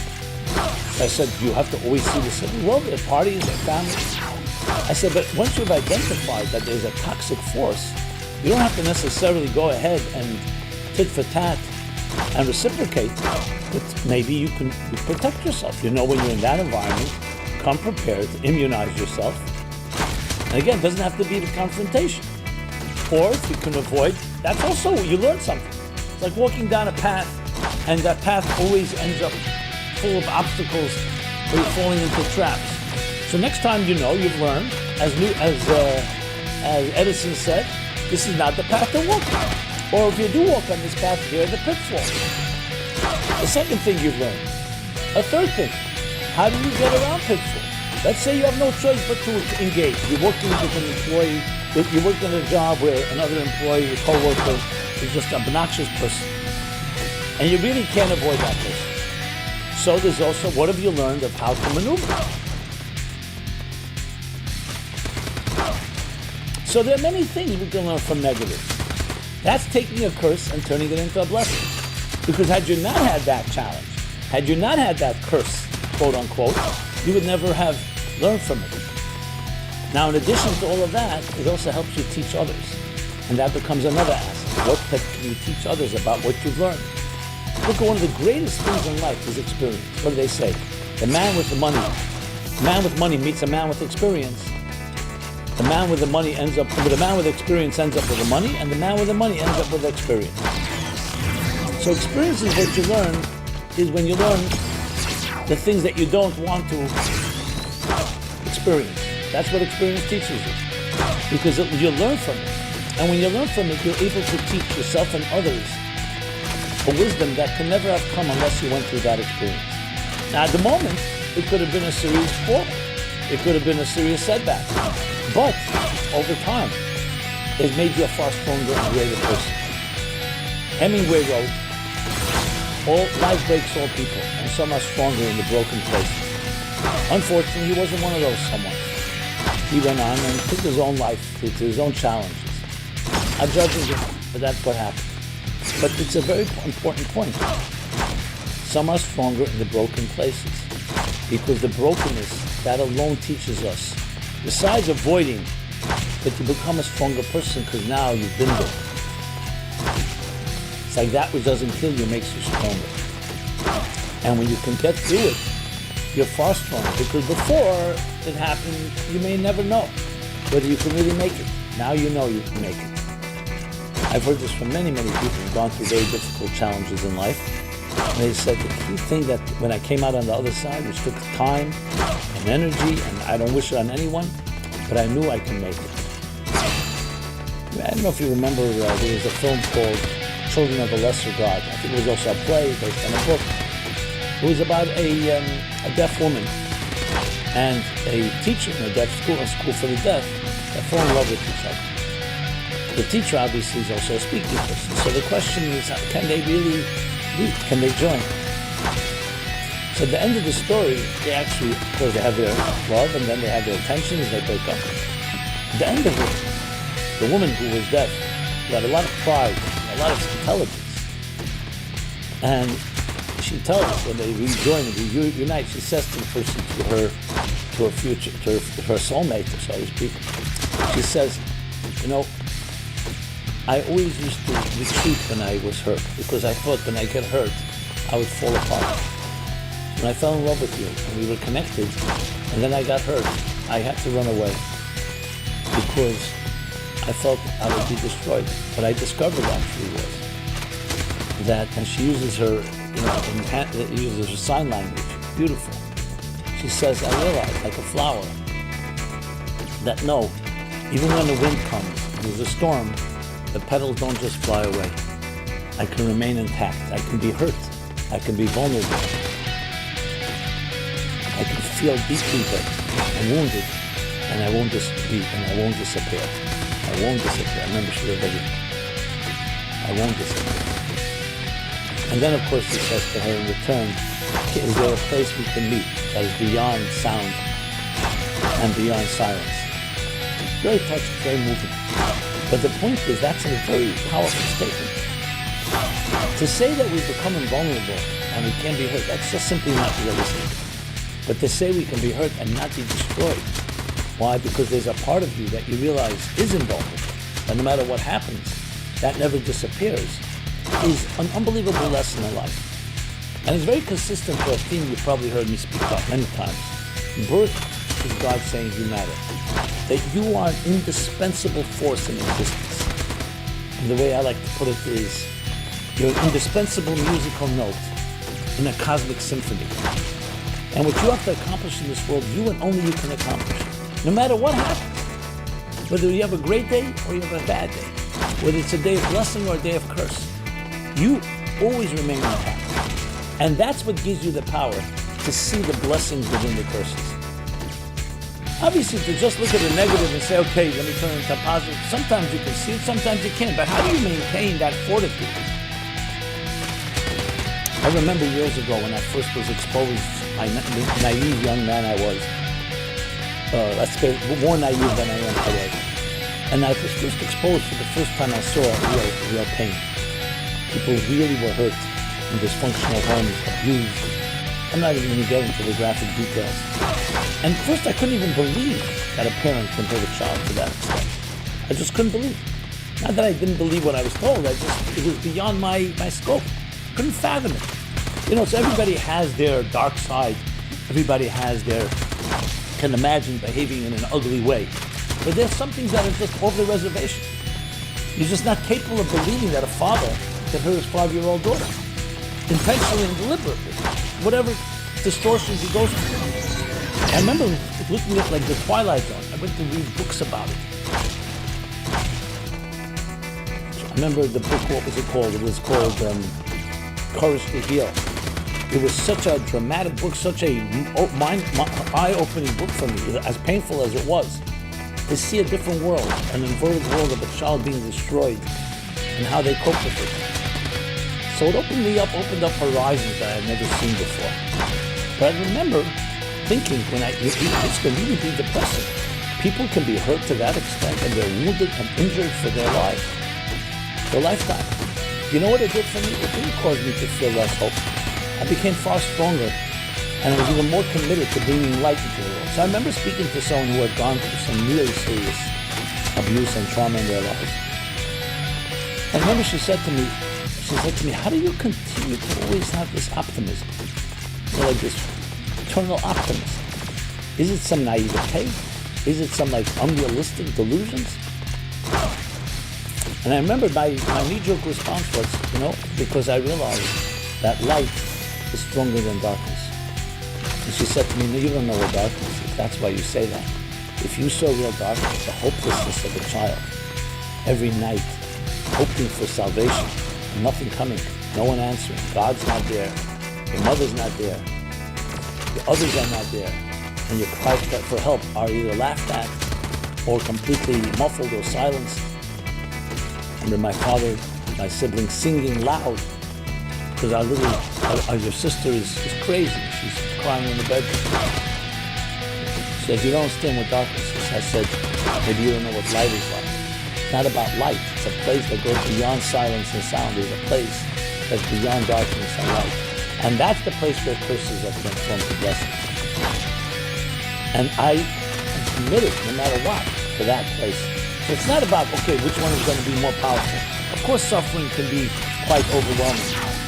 But there's a place that's not just that's beautiful, but there's a place beyond beauty and beyond suffering.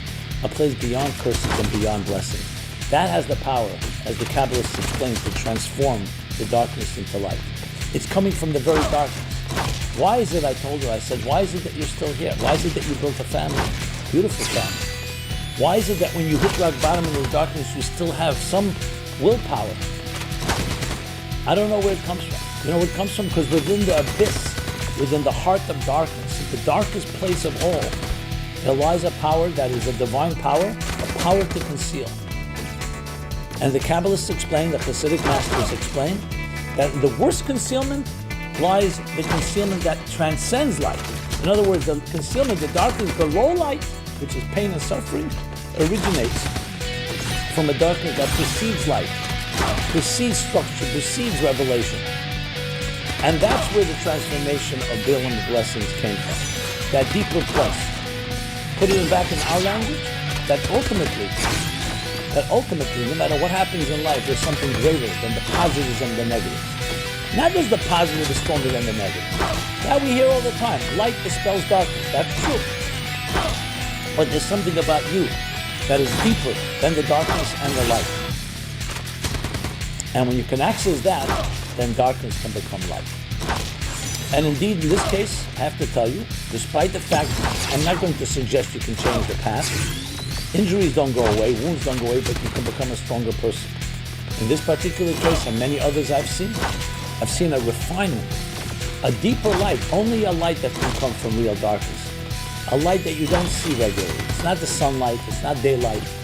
It's a deeper light, a deeper refinement that comes from the souls that have been hurt. It's like a deeper truth that comes from a world of people living in a world where, like I often say, that an ugly truth is more beautiful than a beautiful lie.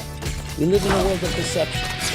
And people who've gone through deception and seen duplicity and suffered from it, when they come to a level of honesty, their honesty is a very different level. And that's completely accessible. Now I know I'm talking maybe in more extreme terms, but even the milder ones, those of us that have not gone through such traumas, the lesson of Balaam is a tremendous lesson in life. Understanding that the negative, there's something deeper than the negative and the positive. And when you access that, negatives can be turned into positives.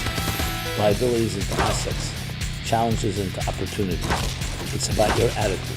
And here's the catch. At the end of the story, Balaam says to Balak, I can't curse these people because they're curses for them. There are people that are connected to God. And when they're connected to a higher source, even curses are turned to blessings because they're not subject, they're not at the mercy of our intentions. They will turn anything into positive. You can't destroy them. So, but I will give you advice. The only way to hurt them is let them hurt themselves. Send the women, Midianite women, to seduce them. Let them be their own worst enemy. Basically, the message being, you can't hurt a person as long as your attitude is strong and you're connected. Nothing, even the negative, will be turned into a positive. That doesn't mean negative things don't happen, like I said, but they'll be turned into a positive. But if you lose that confidence, if you lose that fortitude and that strength, then you open yourself up, you become vulnerable. And once you become vulnerable, you become your own worst enemy. It's not even the other. As much as they wanted to hurt them, the Jews, they could not, until the Jews themselves hurt themselves. But let's end on a positive note. It's in our hands, my friends. It's in your hands. You'll say, well, I'm one little person. I feel down today. I feel demoralized. I feel broken. So find others. Find friends, kindred spirits. We're here for each other. That's why we're here, to lean on each other, to help each other. No one can replace you, but we can support each other. There's no such thing as hopelessness. Hopelessness, if you feel hopeless, so find someone that can give you a nice, kind word of hope today, a ray of light. Find a good mentor to speak to. Doesn't have to be perfect, but don't allow despair to control your life. Don't allow darkness to control your life. That when you wake up in the morning, always feel today can be a better day. Just like a new sun is shining, a new dawn is broken, a new morning has started, new hope is peeking into your life. What you need to do is have that attitude, that access it. So even when the dark comes, know the darkness can also be turned into light, and a new day will come. And please see me and the Meaning Flight Center as one of those friends. Obviously, trust has to be earned, but that's what I offer to you. And I hope we can reciprocate for each other. That's what we're here for. That's why we're here in this world. Is to illuminate, to bring hope, to bring strength, to turn curses into blessings. And each of us can do that. Now, thank you for listening. Thank you for being there. This has been Simon Jacobson, Meaningful Life Center. MeaningfulLife.com is our website where you can find this and many other programs. Please, I'd love to hear from you. Thoughts, comments, questions, suggestions, and also share. Let's share with each other. Everyone have a very blessed week. And even the challenges, may they be turned even to greater blessings. The greatest light comes from darkness. Be well. Hello everyone, Simon Jacobson here. I hope you're having a very good Sunday summer afternoon or morning or evening, wherever you may be. Here in central New York, where I am, I say central, I mean New York City, is a sweltering heat wave. And I hope wherever you are, you're cool, warm, balanced. And I welcome you to another episode of our latest new series called Biblical Characters Decoded, Lessons for Life. And today, let's speak about an important subject that we all have to deal with, balancing two very extreme forces in our lives. So we're titling with biblical character, the character of David, a paradox embodiment and personification of paradox. King David, the warrior and the psalmist. This program is dedicated in honor of our dear friend Rachel Kaplan, with deep appreciation and gratitude for your generous support and friendship. General and specific support and friendship. So thank you for being here. Let's talk about one of the big challenges in life. When we're young and in our child formative years, we mostly do not have to deal with much battles, hopefully. I mean, unfortunately, today more often than we would like, children do grow up in a battle zone, in a war zone, in homes that are not at peace and not wholesome or functional. But that's not the way it's meant to be. In most cases, children should be growing up in a peaceful, nurturing environment. So we grow up in a very, let's say, peaceful, we don't have to fight the battles of life until we enter our older years. When I say older, it could be teenage years, it could be young adult, it could be later. The later the better, frankly. But then we do encounter the battles of life. We encounter duplicity, we encounter corruption, we encounter very competitive people who take advantage, and we have to learn to navigate and to negotiate and to maneuver. And not everybody is honest. And I don't necessarily mean always a battle in a negative sense. Battle means that you have to put up your armor because you don't know who's being exploited, who's really your friend, and who's not. And we do live in a world where often it's dog eats dog, and people are out for survival of the fittest, is the expression used, whether it's Darwinism or social Darwinism, the concept of being pitted against one another. And sometimes it works out very well. But many of us have developed fangs, for lack of a better word. We've developed claws. We've developed our battle mode. And unfortunately, if some of us grew up in a battle zone, as I mentioned, often that's our default state. But even if it's not our default state, if we grew up in a beautiful place, there's a point where you lose your naivete and you suddenly realize there are some places I can't just be giving and pleasant in every situation. We always have to be pleasant, but we can't always be completely off guard because people can take advantage of us. So we put up our different armor, our different defenses, and so on. For many, this becomes a compartmentalization dance. That at home, they're like soft and gentle like a lamb. At work, like a shark. I mean, I've met many people who've told me at work, people consider me to be a monster. Now, I try to be ethical, but I'm tough, demanding, because I have to protect our interests, my company's interests. Negotiations, some people very tough. Then they meet me when I'm at home, I'm like a little lamb. My wife controls everything at home, my children and other elements. And when you ask someone, how do you balance this softer side, this harder side of yourself? It's not so simple. Often things do spill over. Unfortunately, often the wrong way, which means some of our harshness, some of our toughness spills over into our home. So it's not an easy dance, an easy tango to really maneuver these two forces.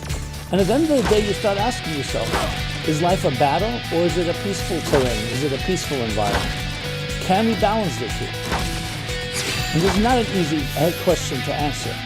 Those of us that have chosen let's call it the more peaceful and passive approach, and when I say passive, I don't necessarily mean a passive as in opposed to protecting yourself, but we don't want to encounter, we don't like confrontation, often have to compromise, sometimes in that competitive rat race, the roller coaster of life, and many of us actually choose a life, a much more calm life, a rural life. People move off the reservation, so to speak, the cities, urban communities, and go to a place that's a little more comfortable, a little more where their pastures and nature up on their mountains, so to speak, their oasis. It's much easier life. But it's hard to imagine for many Westerners, especially in the Western world. Some of us are too addicted. Now, I come from New York. I'm a New Yorker. New Yorker, there's a certain high octane element to it. And it is difficult to be in that highly driven place while also having inner peace within. But what I want to share with you is that actually both are possible. We could balance them, and more than that, we could integrate them. But the key is to understand what's the driving force behind, whether it's our battles or our peaceful encounters in life. Is it just the different people that we know? Like in other words, family, friends, people you trust, that's where you have a far more calm attitude. And it's the people that are strangers or the ones that are not trustworthy or are still in doubt, that's where you're more in battle gear? Or is there something deeper to it? And I think it always goes back to who are we and what drives our lives. And here's where King David comes into play. King David, if you read the story, the humble King David began in a very humble way. He was a shepherd. A shepherd, he dealt with sheep. Very similar to the patriarchs in the Bible, the biblical patriarchs. They chose to be shepherds, and we're told why. Because that sheep are essentially docile and tame. They don't require much tending to. You have to watch over them. But it's very conducive for a spiritual type of person, a poet, a romantic, a dreamer, to spend time in the pastures, the sheep graze, while you can meditate and pray and be mindful, whatever expression you'd like to use. More soulful, more introspective. Away from the Wall Street of the times, which is far more aggressive, and you need to have all those tools that I was mentioning before, the battle gear necessary, the warrior. And that's what King David began, a shepherd. That's what he's described as, similar to Moses the shepherd. And the reason is because these great leaders ultimately became, and they're called shepherds of their flocks. That's what they're called, faithful shepherd. The shepherd, they shepherd their flocks. Just as they're sensitive to the sheep, they're sensitive to the human beings that they lead and they guide and direct. But then we find another side to David. He becomes a warrior, and a real warrior, for many battles, to the point, listen to this, that even those battles may have been justified, God says, you cannot build my holy temple because you have blood on your hands. And even if the blood was defense, and it was for good causes, but you have blood in your hands. Blood is not appropriate in my holy temple, which is a place of peace. And the whole purpose of creation is to bring peace to this world. Yes, there are battles that may need to be fought, especially when they're enemies and you need to protect yourself. But that itself is means to an end. And you cannot build my holy temple. He prepared the ground for it. He bought the property, the Temple Mount. But it was his son, King Solomon. King Solomon, a man of peace, who fought no war. Peaceful time in his time, who built the holy temple. At the same time, we also find King David the psalmist. When you read the book of Psalms, 150 Psalms, you come away with one key message. This man is a man who both suffered with a deep empathy. Every psalm pours with the blood, sweat, and tears of a man who's in pain, a man who cries out, who yearns. It's not just pain, but you see emotion upon emotion expressing itself. If you read the book of Psalms, you would not think this is a man that was a warrior. So it seems like almost two split personalities, two different like alter egos going on. So how do we reconcile these two? So we have another two biblical characters, Jacob and Esau, that we discussed in a previous episode. The same thing. What does the Bible call Jacob? The scholar. Ish Tom Yeshiv Aholim is the expression in Hebrew. It means the wholesome person, the innocent person. He dwelled in the tents. It means he was introspective, he was soulful, he was a scholar. Then how is his twin brother? Esau is called the warrior. He was a man who knew the trapper, the warrior. The man who knew the art of war. And these are twin brothers. And they also struggle between each other from the pregnancy. So how do we explain all this? Is because we do indeed have two souls. We have two voices. We have two drives. We use a psychological term, two drives. One is the drive to survive. We need to battle and tame the elements, whether it's the elements of weather, or the elements of a world with wild animals. And this is what we did. We created civilized cities. We had to tame the elements. We had to clear out jungles and wildernesses and animals that can threaten us, not getting into whether it was all justified or not. And that's what we needed to do. We needed to be warriors, to hunt, to trap, to conquer. And that's what human beings did. That was for their survival. Then there was another side to the human being, to each human being, which is what we'll call the transcendent voice, the transcendent drive, the drive for a higher purpose, for deeper meaning, which is often expressed through romance, through love, through sexuality, through music, through art, through faith, through religion, through virtue, through soulfulness. So we have these two voices within us, and we can often think that they're a contradiction to each other. Because if you're in the survival mode, it's often antithetical to the transcendent voice, to the transcendent mode. But the truth is, both those are not the essence of who you are. The essence of you, who you are, is defined in very simple terms, but also very profound terms by the mystics. Your soul is a pure entity of energy and peace and harmony. Everything is seamless. There is no dissonance, and there's no duplicity. It's a seamless, unified energy force that comes into a fragmented and disjointed and confused and dark world. And the mission of your life, every one of it, is to bring harmony within that darkness, to bring light into that darkness, to bring warmth into that cold place. And in order to do so, we're given two voices, we're given two identities.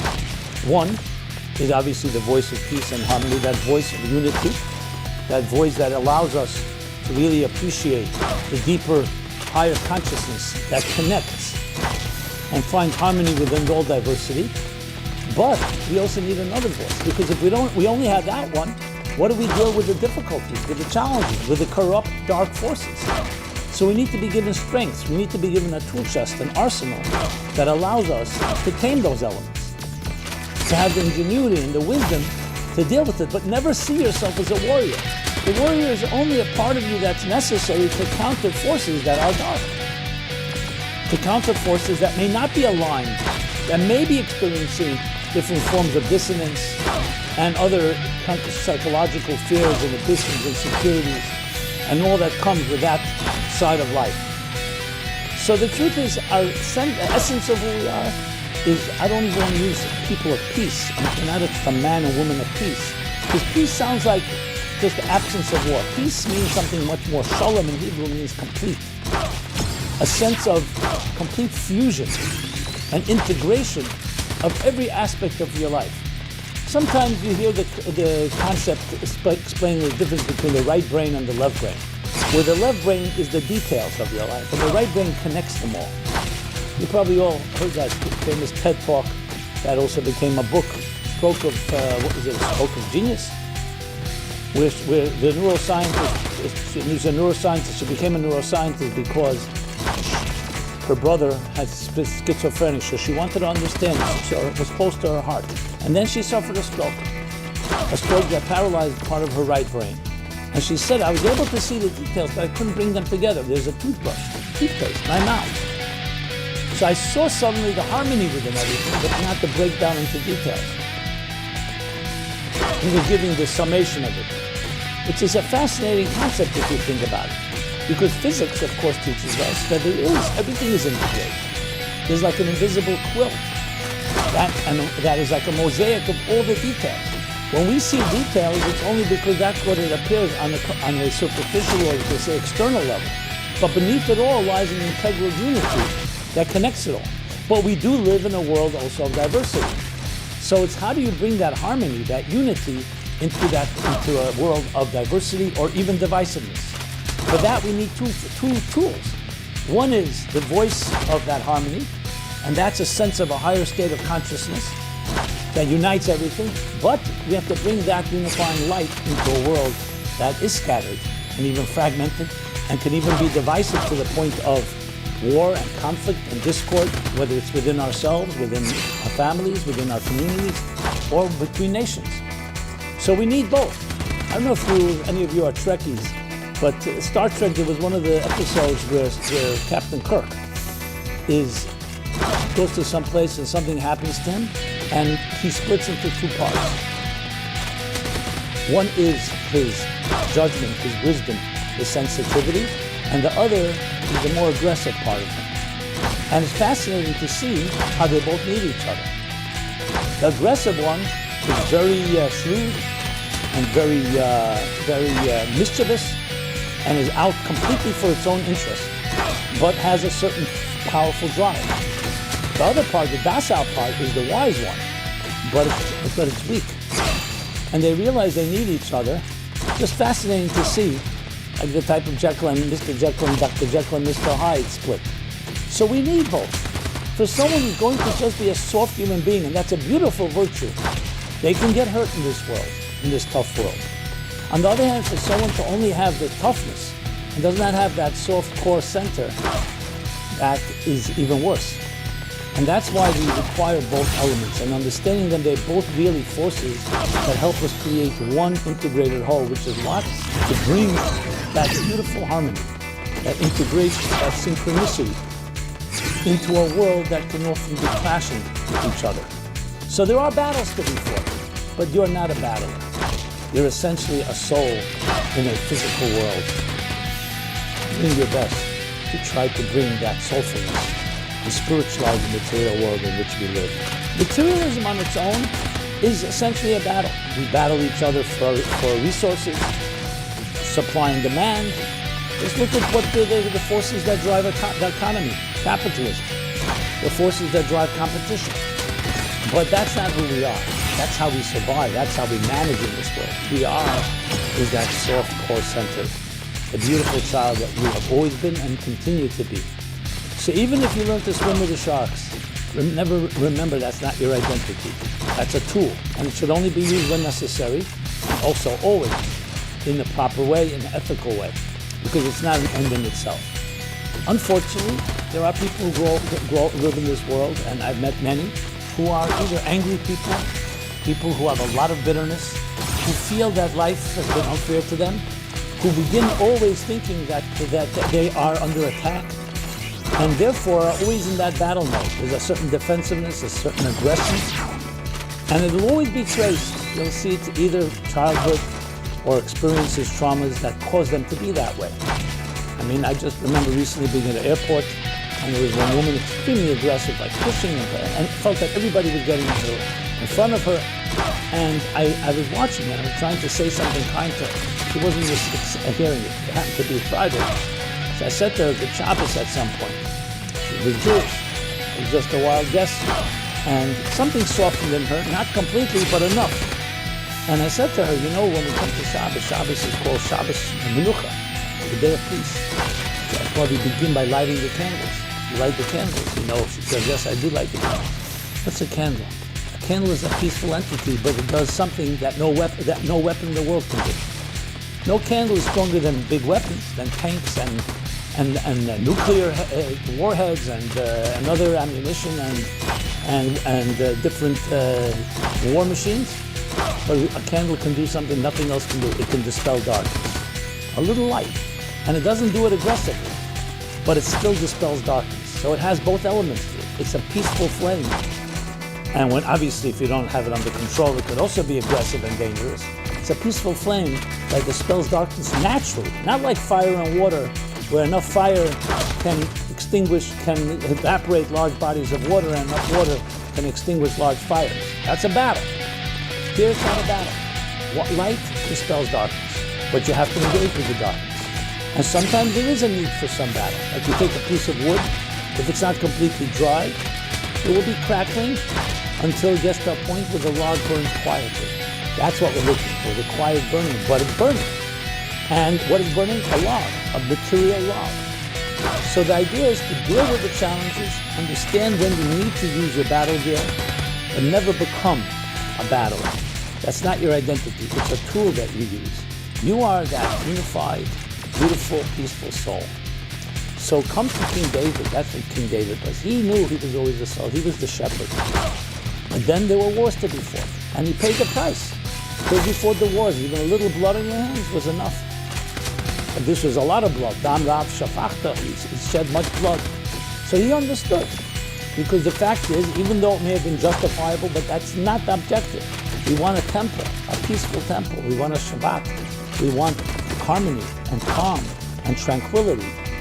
And for that, you have to also have the other side of the person, and that's the psalmist within him. So David, as many wars as he fought, King David, was also the psalmist.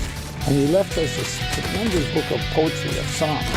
And he actually even asked God, may they be the book that everybody uses when they say prayers to you. May it be your will that this should be the words that everybody utters. And that's what happened. Since King David, thousands of years later, today we say the book of songs when we're in need. Different songs for different occasions that are meant to allow us the language, you could say the music of the soul, to pour out when it's in need, when it's in pain, when it's joyous, gratitude. Everything that we express from that deeper place, the book of Psalms offers us. So the same person who was a warrior also gave us the Psalms, because he wasn't fundamentally, at the end of the day, a warrior. He was a shepherd. He was a sensitive soul, and probably more sensitive than anyone, as you can see in the book of Psalms. We have those two voices within us. We have these two forces. We need them both, but remember who your true identity is. And this is one of the most important lessons from the biblical characters decoded from King David. I hope we all can apply it. I hope to hear back from you. I'd love to hear your thoughts on this, your feedback, your comments, and of course, please share with others. This has been Simon Jacobson, Meaningful Life Center, meaningfullife.com. Check us out. A wide array of different offerings, program, video, audio, podcasts, text, on all the social media platforms. And for your taking, please take advantage of it. And again, I'd love to hear back from you. May we all be able to join together in this glorious symphony, in this mosaic, in finding the harmony within our diversity and having to fight the least amount of battles. After all the years of history, after all the wars and battles fought, where at a time we can honestly say that we can turn the swords into plowshares, transform even the aggressive tools into tools for beautiful growth and beautiful harmony between us all. Be well and be blessed. Thank you.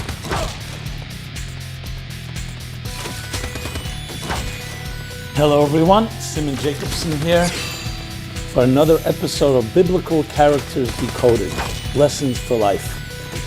We'll be speaking about Pinchas, the peaceful zealot. This program is dedicated by Rick and Belinda Puig in honor of their 14th anniversary. Thank you very much. We live, sadly, in a time of extremism. You find extreme left, extreme right. The good news is that in most instances, much of the political extremism in this country is not violent. I'm not saying entirely not, and that potentially can be troublesome, but we can call it, I wouldn't call it peaceful, but it's not to the extent where we have to be worried about true violence in most cases.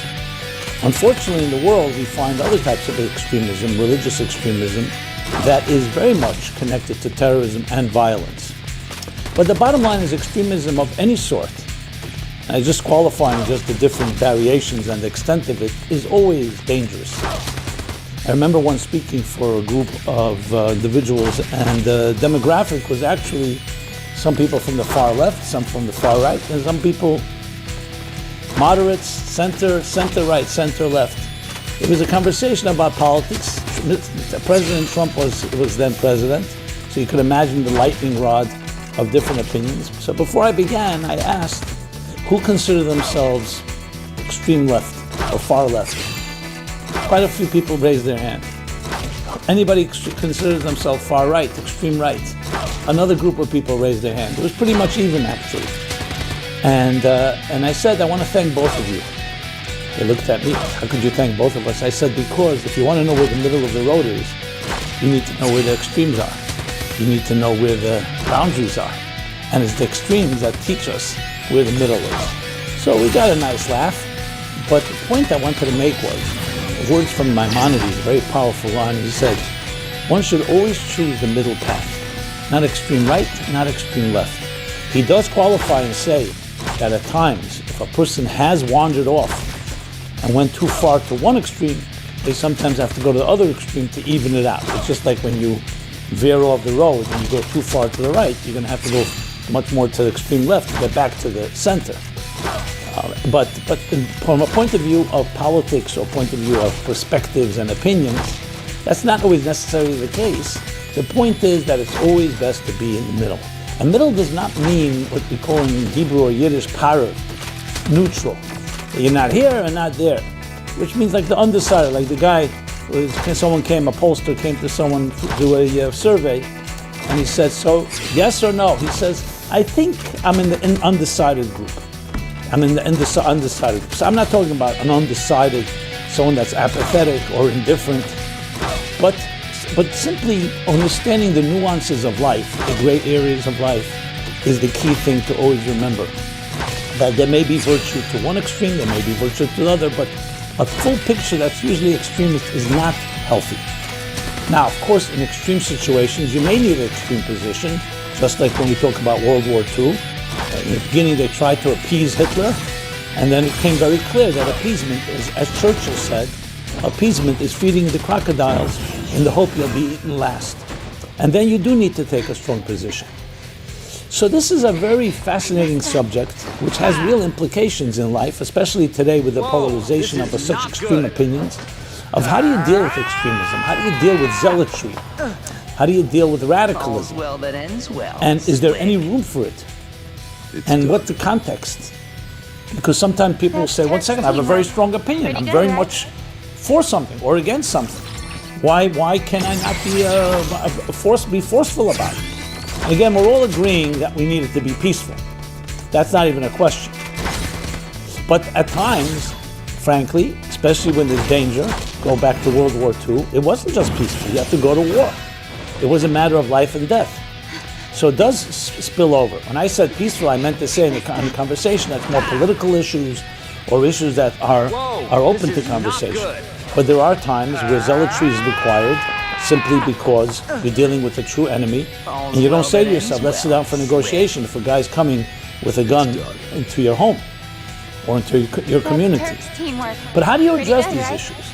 We all know the risks of extremism and radicalism, and we've seen it. Radical religion, extremist religion, extreme non-religion.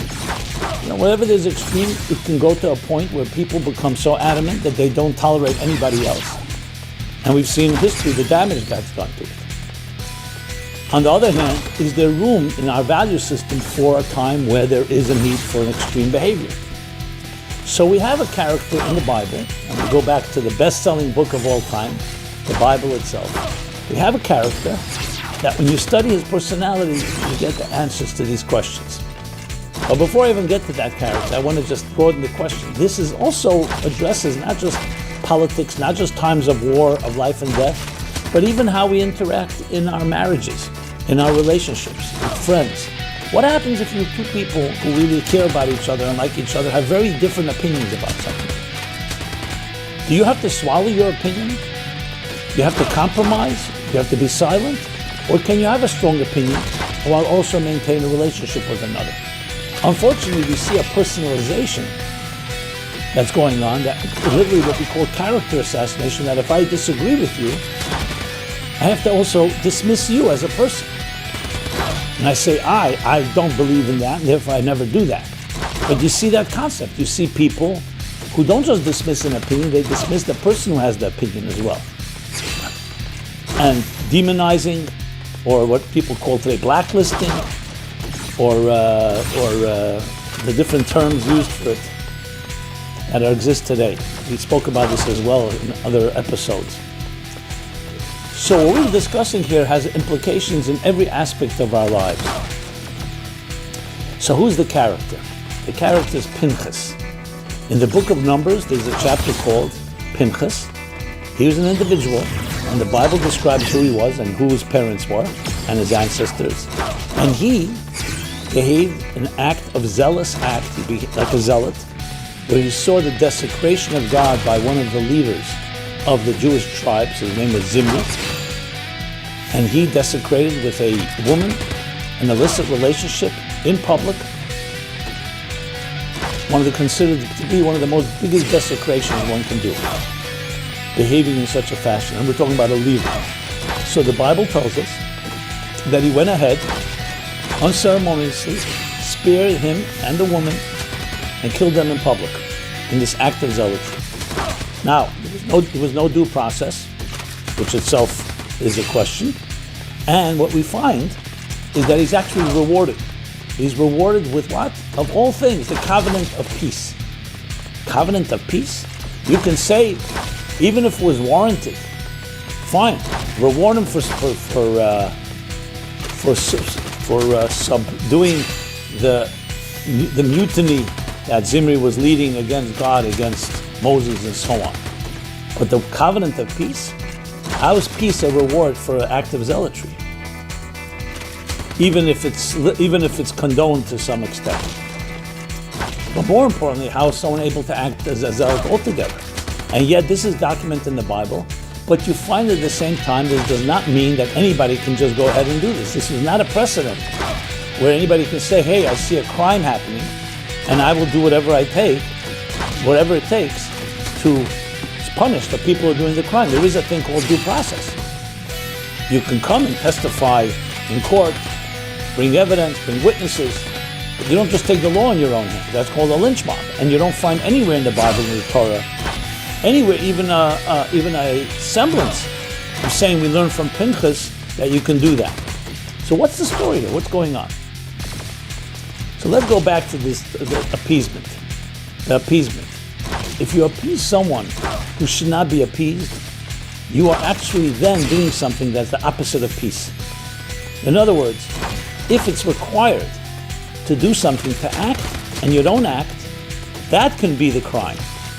There's an expression by some of the Hebrew sages that say the following, that someone who's kind to the cruel will ultimately be cruel to the kind.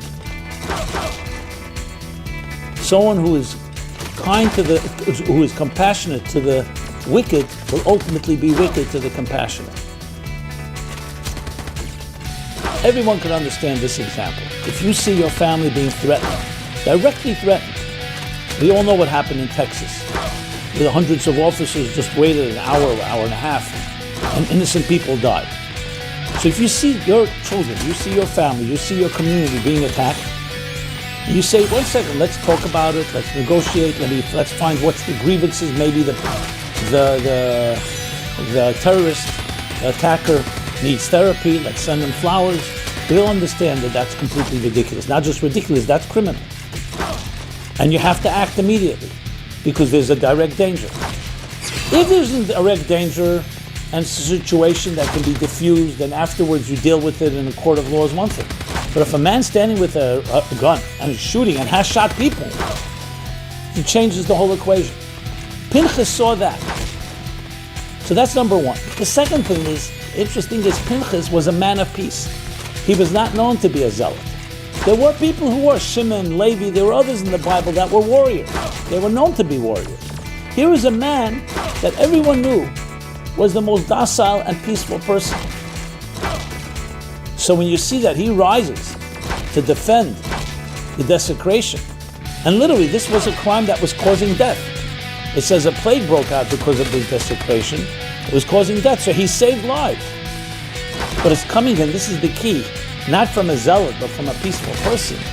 That changes everything, because then you know it's an act coming from humility, not from aggression.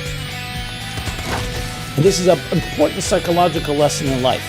There are people who, whenever someone needs to be punished, or someone needs to be reprimanded, they're always first online.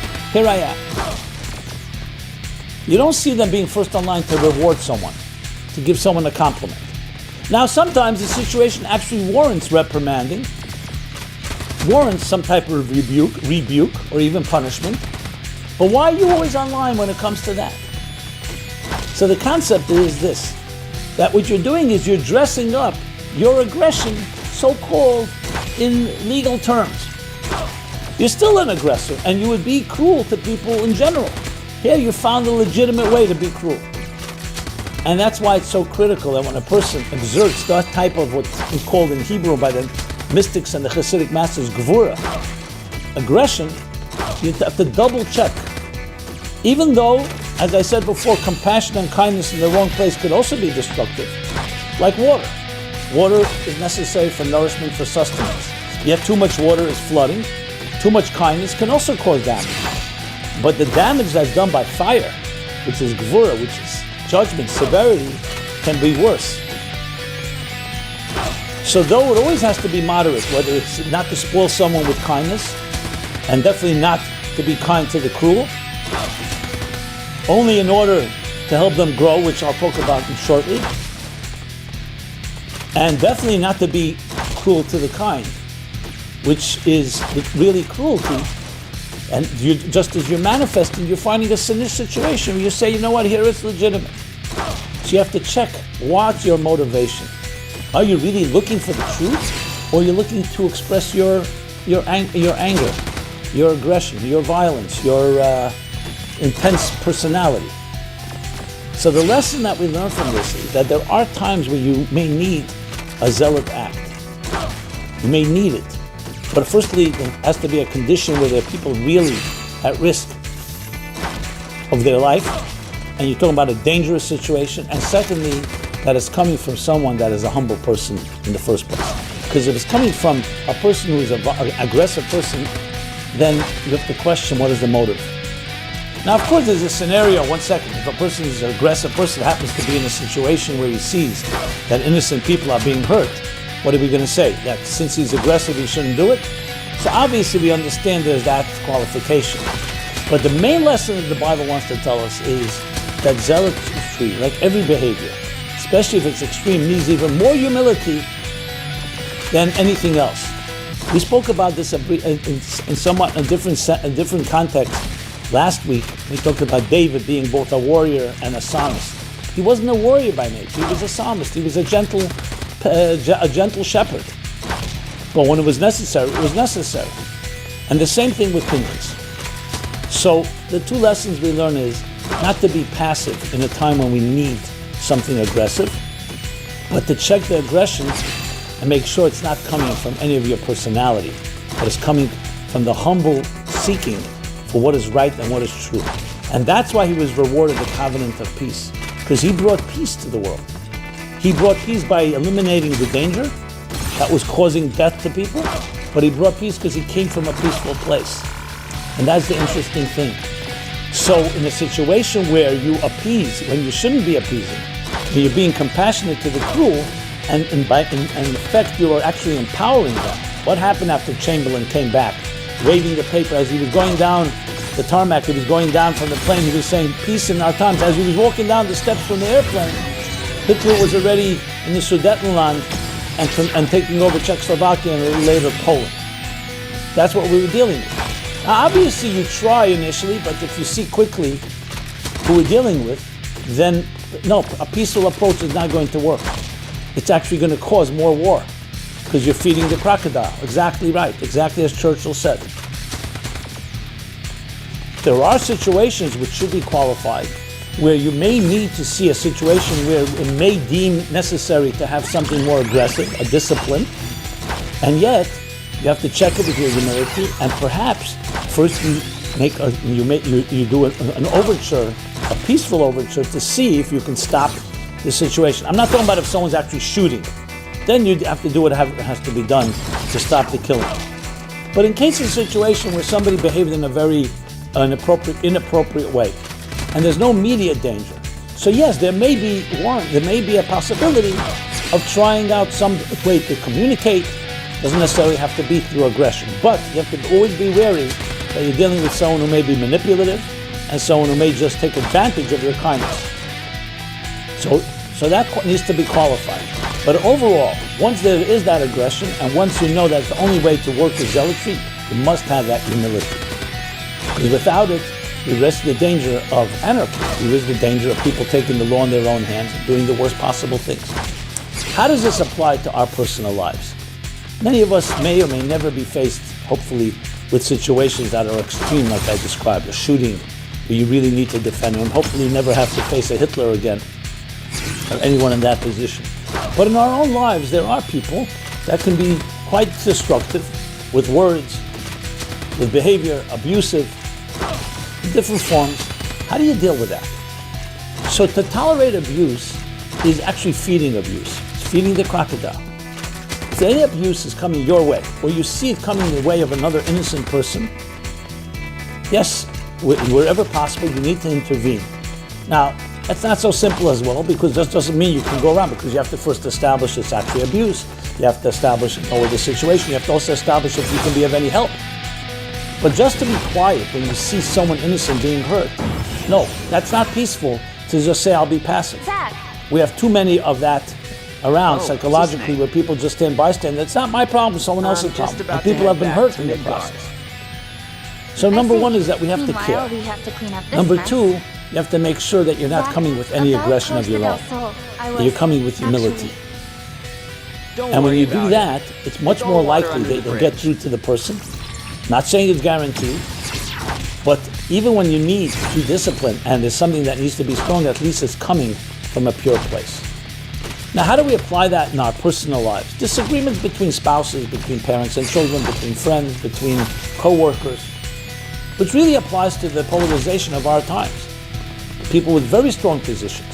When Roe versus Wade was overturned, look at the volatility that it I wouldn't say created, that emerged from it. How do you communicate about things that are very different? People have very extreme different opinions. So the lesson from Pinchas is very clear: humility. You must be humble. Even in your strong opinion, you need to be humble. Now, whether the other person will notice or not is not relevant here. Hopefully they will, but you need to be that way. Don't get caught up in your own argument, meaning that you must win the argument. You may be right, you may be justified, but the humility that we learn from Pinchas, that even a disagreement has to be peaceful. That even when the two sages would disagree in the Talmud, and they disagreed adamantly and vehemently, it was never personal. Because it was not about me or you. It was about what is right. I'm looking for the truth. And indeed, if you have the truth, I'm ready to acknowledge it. I'm ready to say I was wrong, or acknowledge I was wrong, and change my position. I know that's rare today, but that's what we learned from Pinchas. Because he wasn't coming from an aggression. Even if he had aggressive behavior in that situation, he was not an aggressive person.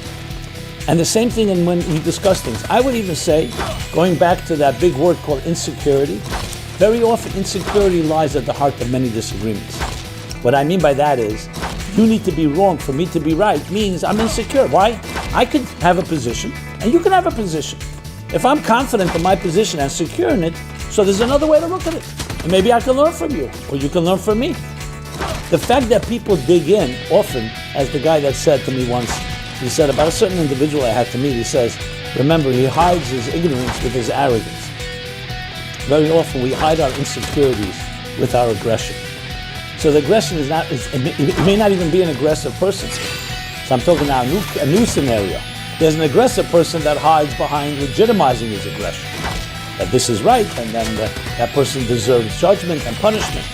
But then there are people who actually are not even really aggressive people. They just put on an act because they're trying to protect themselves. Maybe they were hurt. Maybe they were criticized. So those who criticize become the biggest critics. But this is where we all learn from Pinchas. Look at yourself first. Before you get into a discussion, into a disagreement, before you even have a position, is it coming from the sincere seeking truth, seeking what is right, or are you getting involved? Is it about you being right or wrong, about your position? And that's the key to separate between you and your perspective. That doesn't mean you're not entitled to, doesn't mean you shouldn't have strong perspectives. So the lesson of Pinchas, even though ostensibly it seems like the story of a zealot, and his reward, the covenant of peace, is a tremendous lesson in our lives today.